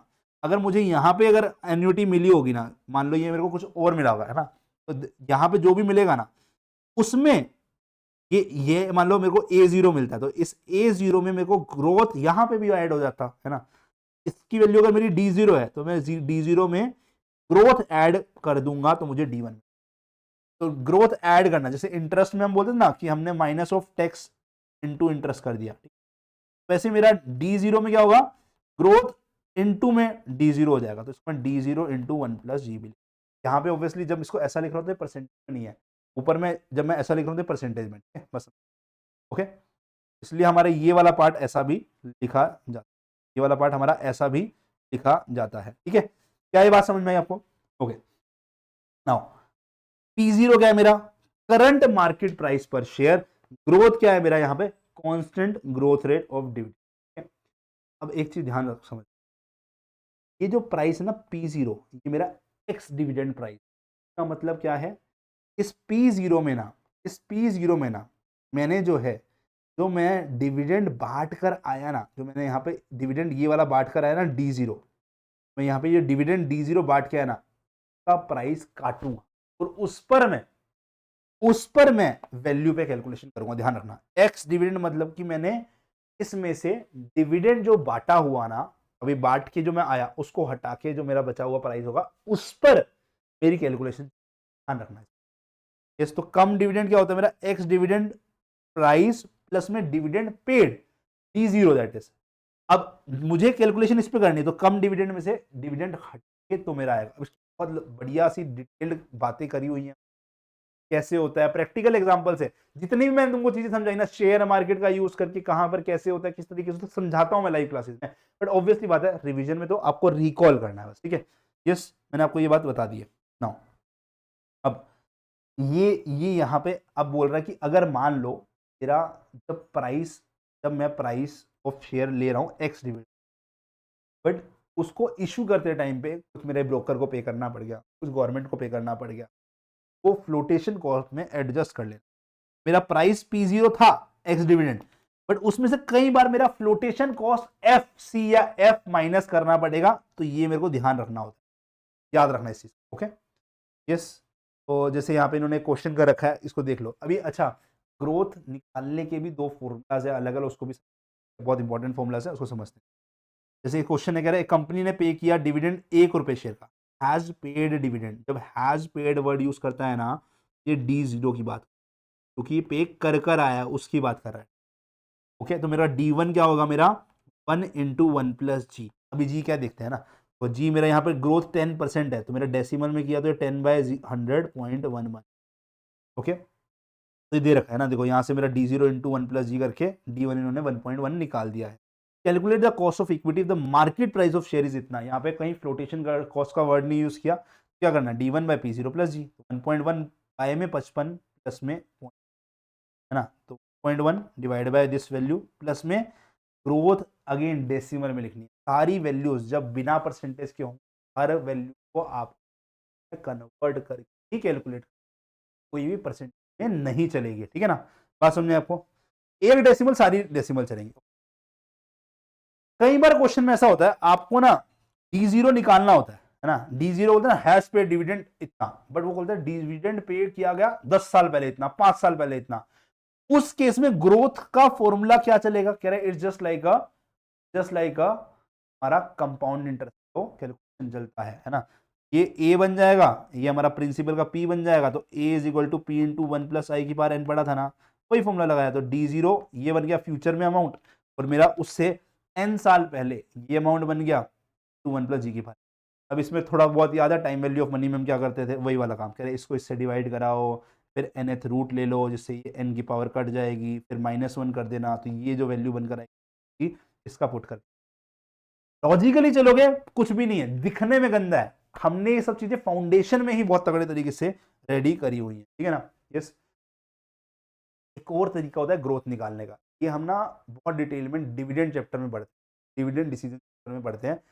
ग्रोथ को हम ना कह रहे जो पैसा आपने रिटेन, देखो कह रहे ग्रोथ किसके हिसाब से होगी, जो आप रिटेन करोगे, जो बांट दिया उसमें तो कुछ ग्रोथ का कोई स्कोप ही नहीं है, कह रहे जो आप रिटेन करते हो ना उस पर ग्रोथ होती है। ओके, कह रहे जो आपका रिटेंशन रेशियो है, what is retention ratio, it is called as B. मान लो आपने 10 रुपए ईपीएस, 100 रुपए ईपीएस में कमाए, उसमें से 30 रुपए आपने डिविडेंड बांटा, और आपने 70%, 70 रुपए जो है ना आपका आपने रिटेन कर लिया, तो मेरा बी क्या हो गया, 70/100 0.7 हो गया, और मेरा जो डिविडेंड पे आउट रेशियो हो गया वो हो गया 30/100 हमारा पॉइंट। तो डीपीआर प्लस ये क्या है, मेरा रिटेंशन रेशियो है ना, रिटेंशन पर शेयर रेशियो ऐसा करके बोल देते हैं, आरपीआई या आरआर बोल देते हैं, इसको हम स्मॉल बी से रिप्रेजेंट करते हैं, ये प्लस ये मेरा टोटल हमारा 1 मंथ है। ओके, तो बी क्या बताता है, मेरा जितना पार्ट मैंने अपने अर्निंग का रिटेन कर लिया, नेट इनकम का जो मैंने रिटेन कर लिया, उसको ये बोल रहा है हमारा आरओआई से मल्टीप्लाई अगर करा दोगे ना आपको ग्रोथ मिल जाएगी। ग्रोथ क्या होगी, कह रहे जो पार्ट आपने रिटेन किया वो रिटेन्ड पार्ट ही ग्रो करेगा उस रेट से जो हमारा रिटर्न ऑन इन्वेस्टमेंट चल रहा होगा, सिंपल बात। रिटेंशन रेशियो क्या है, अगेन मैंने बोला ना, रिटर्न पर रिजर्व पर share divided by earning per share, dividend per share को अगर आप डिवाइड कराओगे अर्निंग पर शेयर से आपका ये मिलेगा, है ना। अब इसमें पर शेयर ना करते हो, इसने टोटल ले लिया तो वो टोटल के हिसाब से कर दो, सिंपल बात है, ठीक है ना। ओके, क्या ये बात समझ में आई आपको, ये सब चीज़ छोड़ो, इसका कोई अभी है नहीं लॉजिक, ये सब चीज़ें कोई अभी नीड नहीं है, ठीक है, मुझे इसकी कोई नीड लग नहीं रही है, आपको आई होप समझ में आ गया होगा। ये सब चीज़ें हम बहुत डिटेल में, ये सब बहुत डिटेल में डिविडेंड डिसीजन चैप्टर में पढ़ते हैं, है ना, कैलकुलेशन को भी मैं यहाँ नहीं दिखा। अब मैं आगे मूव ऑन करता हूँ CAPM मॉडल पे, है ना। CAPM मॉडल क्या बोलता है, कैपिटल एसेट प्राइसिंग मॉडल, ये बोलता है कि देखो आप जब इन्वेस्टमेंट करते हो ना, हर एक इन्वेस्टमेंट के पीछे एक रिस्क होता है, एक होता है अनसिस्टमेटिक रिस्क, अनसिस्टमेटिक रिस्क आप डाइवर्सिफाई करके फंड्स वगैरह में अपने पोर्टफोलियो को कम कर सकते हो, जो कि आपका अनसिस्टमेटिक है, मतलब जो वो रिस्क ऊपर नीचे होता रहता है। एक होता है सिस्टमेटिक रिस्क, वो इंडस्ट्री का रिस्क होता है, मतलब आप जिस धंधे में लगा रहे हो वो उस इंडस्ट्री का रिस्क है, ठीक है ना, वैसा टाइप। तो सिस्टमेटिक रिस्क क्या हो गया हमारा, it is the macro economic और मार्केट स्पेसिफिक रिस्क, है ना, अंडर विच कंपनी ऑपरेट्स, जिस मार्केट में कंपनी ऑपरेट कर रही है, मतलब जिस इंडस्ट्री का पार्ट है उसके अकॉर्डिंगली वो रिस्क तय हो रहा है। It's a non diversifiable risk, inflation government policy sector की वजह से बनता है, और अनसिस्टमेटिक रिस्क हमारा डाइवर्सिफाई करके हटाया जा सकता है, क्योंकि तो हमारे ट्रेंड के अकॉर्डिंगली चल रहा होगा वैसा टाइप का। ओके, यस, तो कह रहे इसको तो हम एलिमिनेट कर सकते हैं, बट ये वाला एलिमिनेटेड नहीं है। अब सिस्टमेटिक रिस्क को मेजर किया जाता है हमारा बीटा के टर्म्स में, है ना, बीटा के टर्म्स में, याद रखना, सिस्टमेटिक रिस्क को हम मेजर जो कर रहे होते हैं वो हमारा बीटा के टर्म्स में मेजर कर रहे होते हैं। अब सिस्टमेटिक रिस्क के अकॉर्डिंगली हमें रिटर्न का प्रीमियम भरना पड़ता है। अगर मेरे बिजनेस में रिस्क नहीं है तो मेरे को जो रिटर्न होगा ना दैट इज,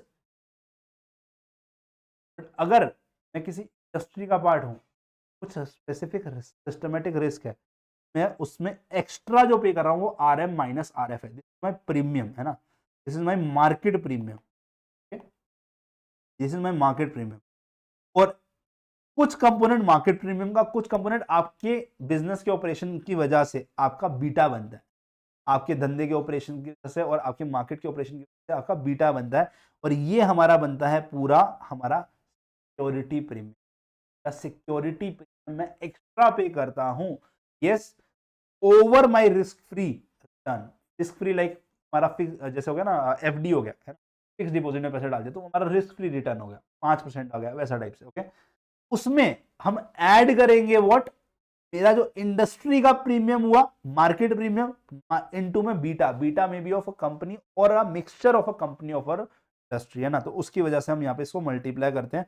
ये मेरा क्या बनता है, हमारा KE बनता है, मेरा के, समझ में आया, what is KE, risk free return, इसमें beta into RM minus RF। Beta की वैल्यू आपको गिवन होगी, आपको निकालनी नहीं है, ठीक है, ये हमारा फाइनल का पार्ट है, तो मैं RM minus RF, RM minus RF आपको क्वेश्चन देता है, मार्केट समझना, जब market risk premium word use करें तो RM माइनस RF, जब security risk premium word use करें तो हम आपका बीटा इंटू RM माइनस, वो देगा नहीं कभी आपको, हमेशा क्वेश्चन में market risk RM minus premium word use दे रहा होगा ना, जनरली याद रखना RM माइनस, तब आपको एक्स्ट्रा पे करना पड़ेगा अगर आप इस मार्केट के, मतलब अगर आप रिस्क फ्री रिटर्न लेते हो 5% का, तो अगर आप मान लो ऑटोमोबाइल और इंडस्ट्री के हो तो आप मान के चलो कि आपको 10% आपका रिटर्न एक्सपेक्टेशन होना चाहिए, तो यहाँ पे डिफरेंस कितना हुआ, 10 माइनस 5% आपका कितना हो गया मेरा, है ना, ऑटोमोटिव इंडस्ट्री का रिस्क रेट हिसाब से हमारा रिटर्न 10% और हमारा यहाँ पर रिस्क फ्री है तो 5%, मेरा प्रीमियम कितना होगा 5%, तो आपको ये प्रीमियम देगा, यस। कह रहे यहाँ पर, कह रहे CAPM मॉडल का क्या कह रहा है, कह रहे यहाँ पे टाइम वैल्यू ऑफ मनी का भी इफेक्ट दिखाता है और ये हमारा रिस्क को भी मेजर करके चल रहा है, बात पे ध्यान रखो। अब एक और मॉडल होता है हमारा इसमें, YTM मॉडल, जैसे अभी हमने बात करी थी ना डिबेंचर्स के केस में YTM मॉडल था, सेम यहाँ पर हमारा YTM मॉडल लगता है इसमें, हमारा इक्विटी केस में कॉस्ट ऑफ इक्विटी निकालने के लिए हम YTM मॉडल का भी यूज करते हैं। इफ हमें कितना पे किया गया ये पता है, कितना हमारे को फ्यूचर में रिटर्न मिल रहा है ये, तो मुझे जनरली हम पास्ट एक्सपीरियंस के हिसाब से निकालते हैं, हमें पास्ट एक्सपीरियंस, पास्ट में मैंने इतना पे किया और मुझे इतना इतना इतना डिविडेंड मिला और फाइनली अब मेरा ये वैल्यू चल रहा है, इसके हिसाब से अगर मैं आज निकालूंगा तो पैसा, इट्स बेसिकली मैंने एक शेयर में इन्वेस्ट कर रखा था 1,000 रुपये, फिर मैंने उससे डिविडेंड पाया इतना इतना इतना, अब मेरे को जब शेयर निकालना है इतने का, तो मैं ये मान के मैं देखना चाहता हूँ कि मेरा कॉस्ट ऑफ इक्विटी कितना बड़ा, मतलब इस बिजनेस का रिटर्न मिलकर आया, मैं क्या करूंगा, ये सारी कमाइयाँ हैं, सारी कमाइयों का प्रेजेंट वैल्यू, है ना, माइनस दिस वैल्यू, ये हमारा किस रेट पर बैलेंस कर ये जीरो बन जाएगा, is NPV, present value of this cash outflow is equivalent to present value of cash inflow, इस रेट पर हो जाएगा, वो मेरा क्या वैल्यू देगा, मेरा मुझे वो KE दे देगा, और वो निकालने के लिए हम IRR मेथड यूज करते हैं, यस, है ना, वही बात होगी, देखो इन सारी वैल्यू का प्रेजेंट वैल्यू, पहली वैल्यू का ये निकाला, दूसरी वैल्यू के लिए ये किया, तीसरी वैल्यू के लिए, चौथी वैल्यू के लिए, पांचवी वैल्यू के लिए, पांचवी वैल्यू के लिए ये, इस वैल्यू के लिए किया, ये सारी वैल्यू किस रेट पर इसके इक्वल हो जाएंगी, जो वो रेट होगा ना वो मेरा आई बताएगा, वही हमारा KE होगा और वो हमें IRR मेथड से, वही काम किया हमने ना, कि 0th ईयर में ये इन्वेस्टमेंट किया, 1 to 5 ईयर में हमारे को ये रिटर्न मिला, 5वें साल में मुझे ये रिटर्न मिला, इसके अकॉर्डिंगली अलग अलग मेरे रेट पर मैंने डिस्काउंटिंग फैक्टर निकाला, फिर मेरा NPV नेगेटिव आया, नेगेटिव का मतलब क्या हो गया कि मेरा हमने ज्यादा हाइयर रेट है, फिर मैं एक लोअर रेट लूंगा, उसके हिसाब से मेरा NPV पॉजिटिव आया, तो लोअर रेट प्लस में NPV of lower rate divided by NPV of lower rate minus of higher rate into में higher rate minus lower rate किया, मुझे जो वैल्यू मिलेगी वो मुझे कॉस्ट ऑफ इक्विटी दे दे, ठीक है गाइस, बात समझ में आपको। ITM अप्रोच ना एक और तरीके से चलती है, देखो ये जो हमने अप्रोच यूज करी ना, इसमें इसमें हमारी कहीं ग्रोथ की बात, अगर देखो अगर मेरा अलग ग्रोथ का मॉडल चल रहा है और उस ग्रोथ के टाइम पे ये पता है कि मेरा शेयर का प्राइस क्या चाहिए, तो मैं हर एक, सोचो मेरी बात, अगर मुझे ये पता है, मतलब बेसिकली मैं अगर ये P0 लगाऊंगा तो मुझे इतना डिविडेंड मिलेगा और उससे अगले साल में 9.75 मिलेगा, समझो ऐसा अलग है ना, कि मैंने अगर आज ये लगाया तो मुझे अगले साल में ये डिविडेंड मिलेगा और मैं बेचूंगा तो शेयर मुझे इतने का मिलेगा। अगर मैं ईयर 1 में पैसा लगाऊंगा तो मुझे इस रुपए पे मेरे को लगाना पड़ेगा, उससे अगले साल मुझे ये डिविडेंड मिलेगा और उससे अगले साल में ये प्राइस पे शेयर बेच सकता हूँ, है ना। तो अगले उससे अगले साल में हम ये पैसा लगाएंगे, इस इतना मैं डिविडेंड पाऊंगा, इतने में मैं बेच सकता हूँ। उससे अगले साल में मैं इतने में लगाऊंगा, इतना मेरे को डिविडेंड मिलेगा, इतने में मैं बेच सकता हूँ। सिमिलरली एज सो ऑन, ठीक है। तो हम क्या करते हैं ऐसे क्वेश्चन में, बोलते हैं कि भाई समझो क्वेश्चन में, समझो क्लियर है ना। तो मैंने ये लगाया, पाया ये कितना रिटर्न मिला, कह रहे D1 प्लस P1 ये मेरे को मिला, D1 प्लस P1 ये मिला, P0 लगाकर इंटू 1 प्लस, आप मान लो Y1 रेट है, जो रेट बना है वो Y1 and decimal, that is R/100 मेरा ये है, ये निकाल लो। 1 प्लस Y1 क्या मिल गया, तेरा D1 प्लस P1 बाय में आपका P। ऐसे करके हर साल का निकाल लो, है ना। हर साल का मतलब कि मैंने अगर मान लो P1 लगाया होता, P1 इंटू 1 प्लस मान लो मेरा रेट होता Y2 ना, तो ये मेरे को क्या देता रिटर्न में, ये मुझे रिटर्न देता D2 प्लस में P2। यहां से मेरा 1 प्लस Y2 क्या बनता, D2 प्लस P2 बाय में P1।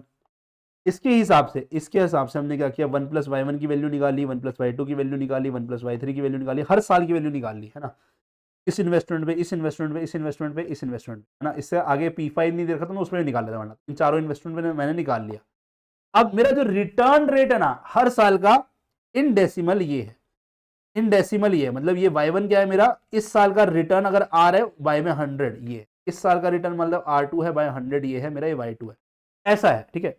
अब मैं क्या कर रहा हूं, ये मुझे यहां से जो यील्ड रेट मिल रहा है ये मिल रहा है, मतलब मेरे को पहले साल के इन्वेस्टमेंट अगर मैं करता हूं 9 रुपए, तो उसके हिसाब से मुझे जो ये रिटर्न मिल रहा है उसका रिटर्न रेट ये आ रहा है। इसका अगले साल का मेरा 9.75 करता हूं, उसका रिटर्न रेट ये आ रहा है, उससे अगले साल का 6.1% आ रहा है, इसका ये आ रहा है।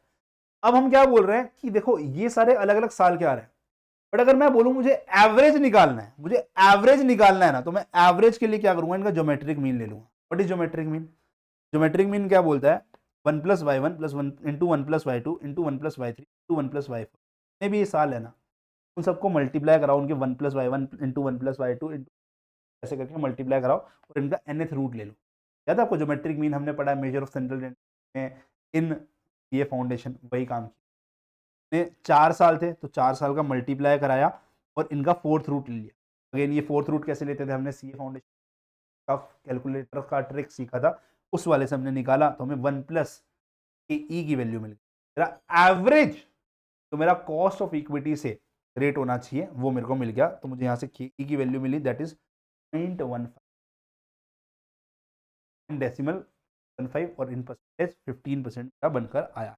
Okay, last but not the least हमारा बना है कॉस्ट ऑफ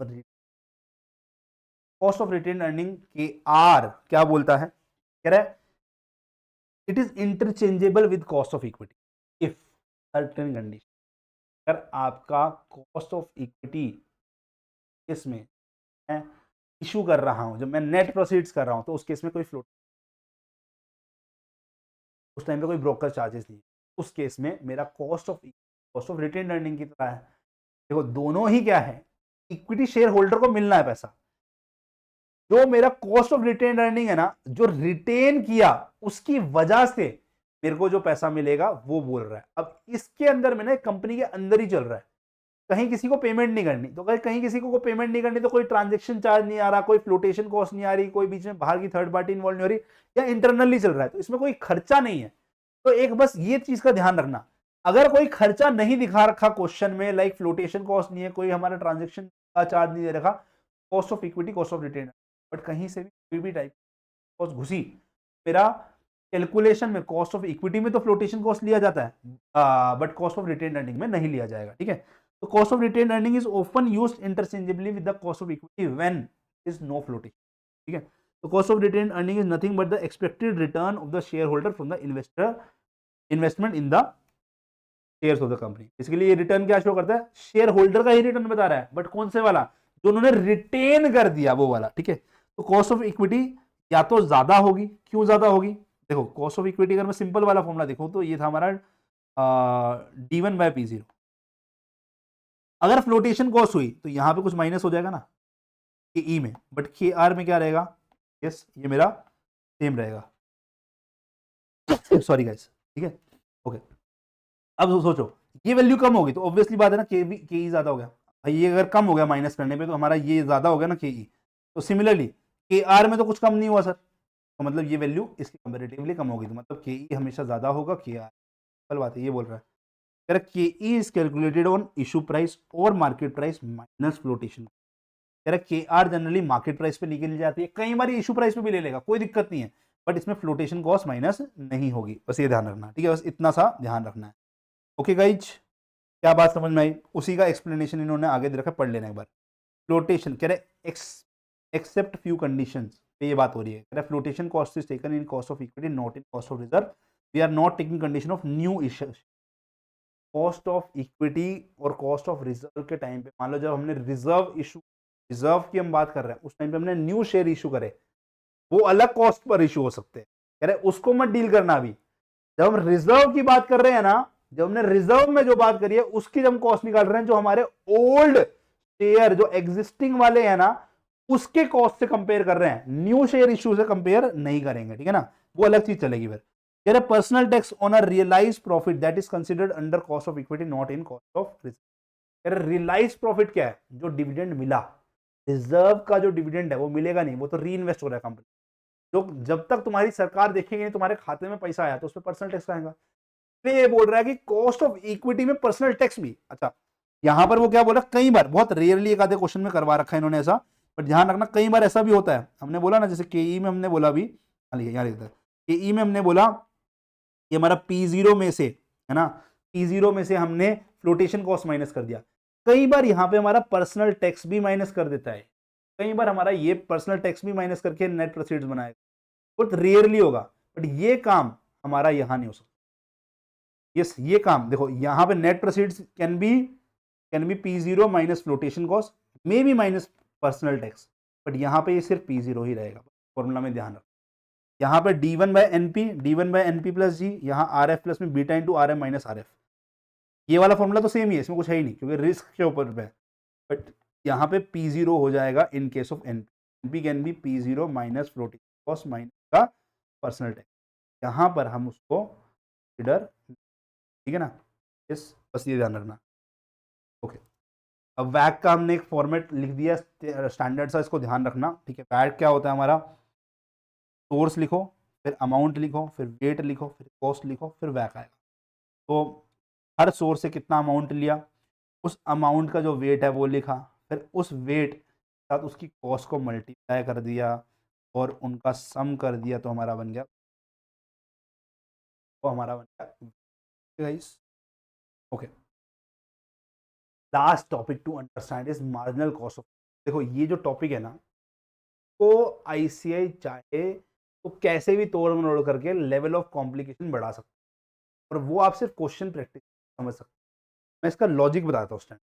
वो क्या बोल रहा है, वो बोल रहा है कि देखो जब हमारे बिजनेस के अंदर में हम स्टार्टिंग में बिजनेस में पैसा लगाते हैं, तो इक्विटी से लगाते हैं, रिजर्व से लगाते हैं, डेट से लगाते हैं, रेफरेंशियल, बट बीच में बिजनेस में हमें वापस से कहीं री इन्वेस्टमेंट करनी पड़े, तो अगर वो री इन्वेस्टमेंट में कोई डिफरेंस नहीं है इन टर्म्स ऑफ हमारा इस सेम प्रपोर्शन में हमने पैसा लिया, मतलब पहले इक्विटी मान लो मेरा 2% 0.2 पार्ट था, वेट उसका 0.2 था, डेट का 0.7 था, इक्विटी हमारा प्रेफरेंस का 0.1 था, 0.2 इक्विटी था ना, डेट मेरा 0.7 था और रिजर्व मेरा 0.1 था। अब आपने जो न्यू किया ना, कह रहा है वो भी अपने सेम प्रपोर्शन में किया, कह रहा है कोई टेंशन वाली बात नहीं है, और कह रहा है जो ओल्ड रेट था ना उसी रेट पे कर दिया। मान लो ये 20% का रेट था, ये मेरा 10% का रेट था, ये मेरा 15% का रेट था, अभी भी आपने इस पे कर दिया, तो कह रहा है जो पुराना KO था ना और न्यू KO था वो बराबर रहेगा, फिर उस केस में हमारा no difference between the average cost of capital जो पुराने वाला था और जो नया मार्जिनल कॉस्ट ऑफ कैपिटल आएगा सेम है। बट अगर आपने चेंज किया, नहीं बोला अरे नहीं नहीं यार अब तो बात ऐसी रही नहीं, आप न्यू इशू कर रहे हैं, अब आपकी कंपनी का रिस्क हो सकता है कम हो जाए क्योंकि आप पुराने प्लेयर बन गए, या हो सकता है अब आपका रिस्क बढ़ जाए क्योंकि न्यू कॉम्पिटिटर आ गए, तो उसके हिसाब से अगर आपका न्यू रेट आएगा तो आप मार्जिनल कॉस्ट में न्यू रेट को लेना। बट अगर सुनो ऐसा भी होता है कई बार, अब मार्जिनल कॉस्ट में अगर अलग वेट्स हुए, अलग वेट पे काम करेंगे, वो तो डिपेंड करेगा ना कितना फंड उठाया। अगर सेम सेम प्रपोर्शन में, अगर क्वेश्चन में लिख देगा, जैसे कहेंगे क्वेश्चन में बोलेगा सेम प्रपोर्शन में फंड उठाया, तो जो मार्केट वैल्यू चल रही होगी ना उसमें सेम प्रपोर्शन में बात करेंगे। बट कई बार ऐसा होगा, प्रपोर्शन में करेगा तो न्यू प्रपोर्शन को न्यू रेट के अकॉर्डिंगली कैलकुलेट करना, सिंपल। अब आपके पास दो होमवर्क, एक है ये मास्टर क्वेश्चन जो भी मैंने आपको पढ़ाया ना उसके हिसाब से सारी कैलकुलेशन आपको मैंने दे रखा है, इसको प्रैक्टिस करेंगे, वेरी वेरी इंपॉर्टेंट है, ये होमवर्क है और कर लेंगे तो कमेंट में लिखना सर डन, ओके। वो हमारे प्रैक्टिकल का है, आईसीआई का प्रैक्टिकल का क्वेश्चन है, बहुत प्यारा क्वेश्चन है, करना, ये हमारा पूरा चैप्टर रिवाइज कराएगा। Yes yes. और हमारा इलस्ट्रेशन 18 ये हमें प्रैक्टिस करनी है, इसमें मार्जिनल कॉस्ट ऑफ कैपिटल का भी कॉन्सेप्ट आ जाता है, ओके। तो इसको भी आप प्रैक्टिस कर लेना, ये दो क्वेश्चन का सॉल्यूशन मैंने आपके लिए डाल रखा है ताकि आप इसको रिवाइज कर सके। इसी के साथ हमने अपना कंप्लीट कर लिया है कॉस्ट ऑफ कैपिटल का रिवीजन। आई होप ये तो लेस देन 2 आवर्स में हो गया, काफ़ी ज़्यादा टाइम कम में हम कर लिया इसको कवर, आप भी कर ले अब कॉस्ट ऑफ कैपिटल को ढंग से अच्छे कवर।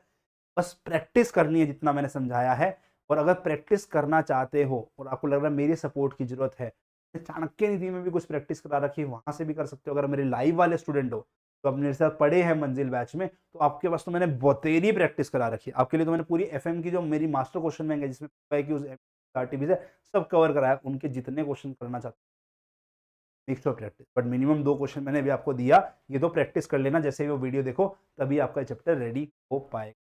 अगर मजा आया हो तो प्लीज लाइक करना, कमेंट अच्छा लगेगा, I do read the comment, बहुत अच्छा लगता है ना। Yes, keep supporting, share it with your friends, and अगर आप स्टूडेंट हैं, यस, फ्यूचर अटेम्प्ट्स में आ रहे हैं, करंट अटेम्प्ट में आ रहे हैं, तो आप क्या करें, आप हमारे बैच में डाले मंजिल बैच, जहाँ हम आपको ताबड़तोड़ तरीके से पढ़ाते हैं। तो मैंने अभी आपको 1.5-2 घंटे में रिवाइज कराया, सेम चैप्टर हमने अपनी क्लासेस में 7-8 घंटे लगाए हैं, सॉरी 7-8 क्लासेस लगाई हैं, हर क्लास 2-2 घंटे की, ठीक है। तो समझो कितनी डिटेल में, कितनी डीपली जाके तैयारी कराई होगी, ऐसे ही हम बाकी चैप्टर की भी कराएंगे। मिलते हैं बेटा अगली क्लास में, तब तक के लिए keep take care, bye bye, with the party, all see you soon.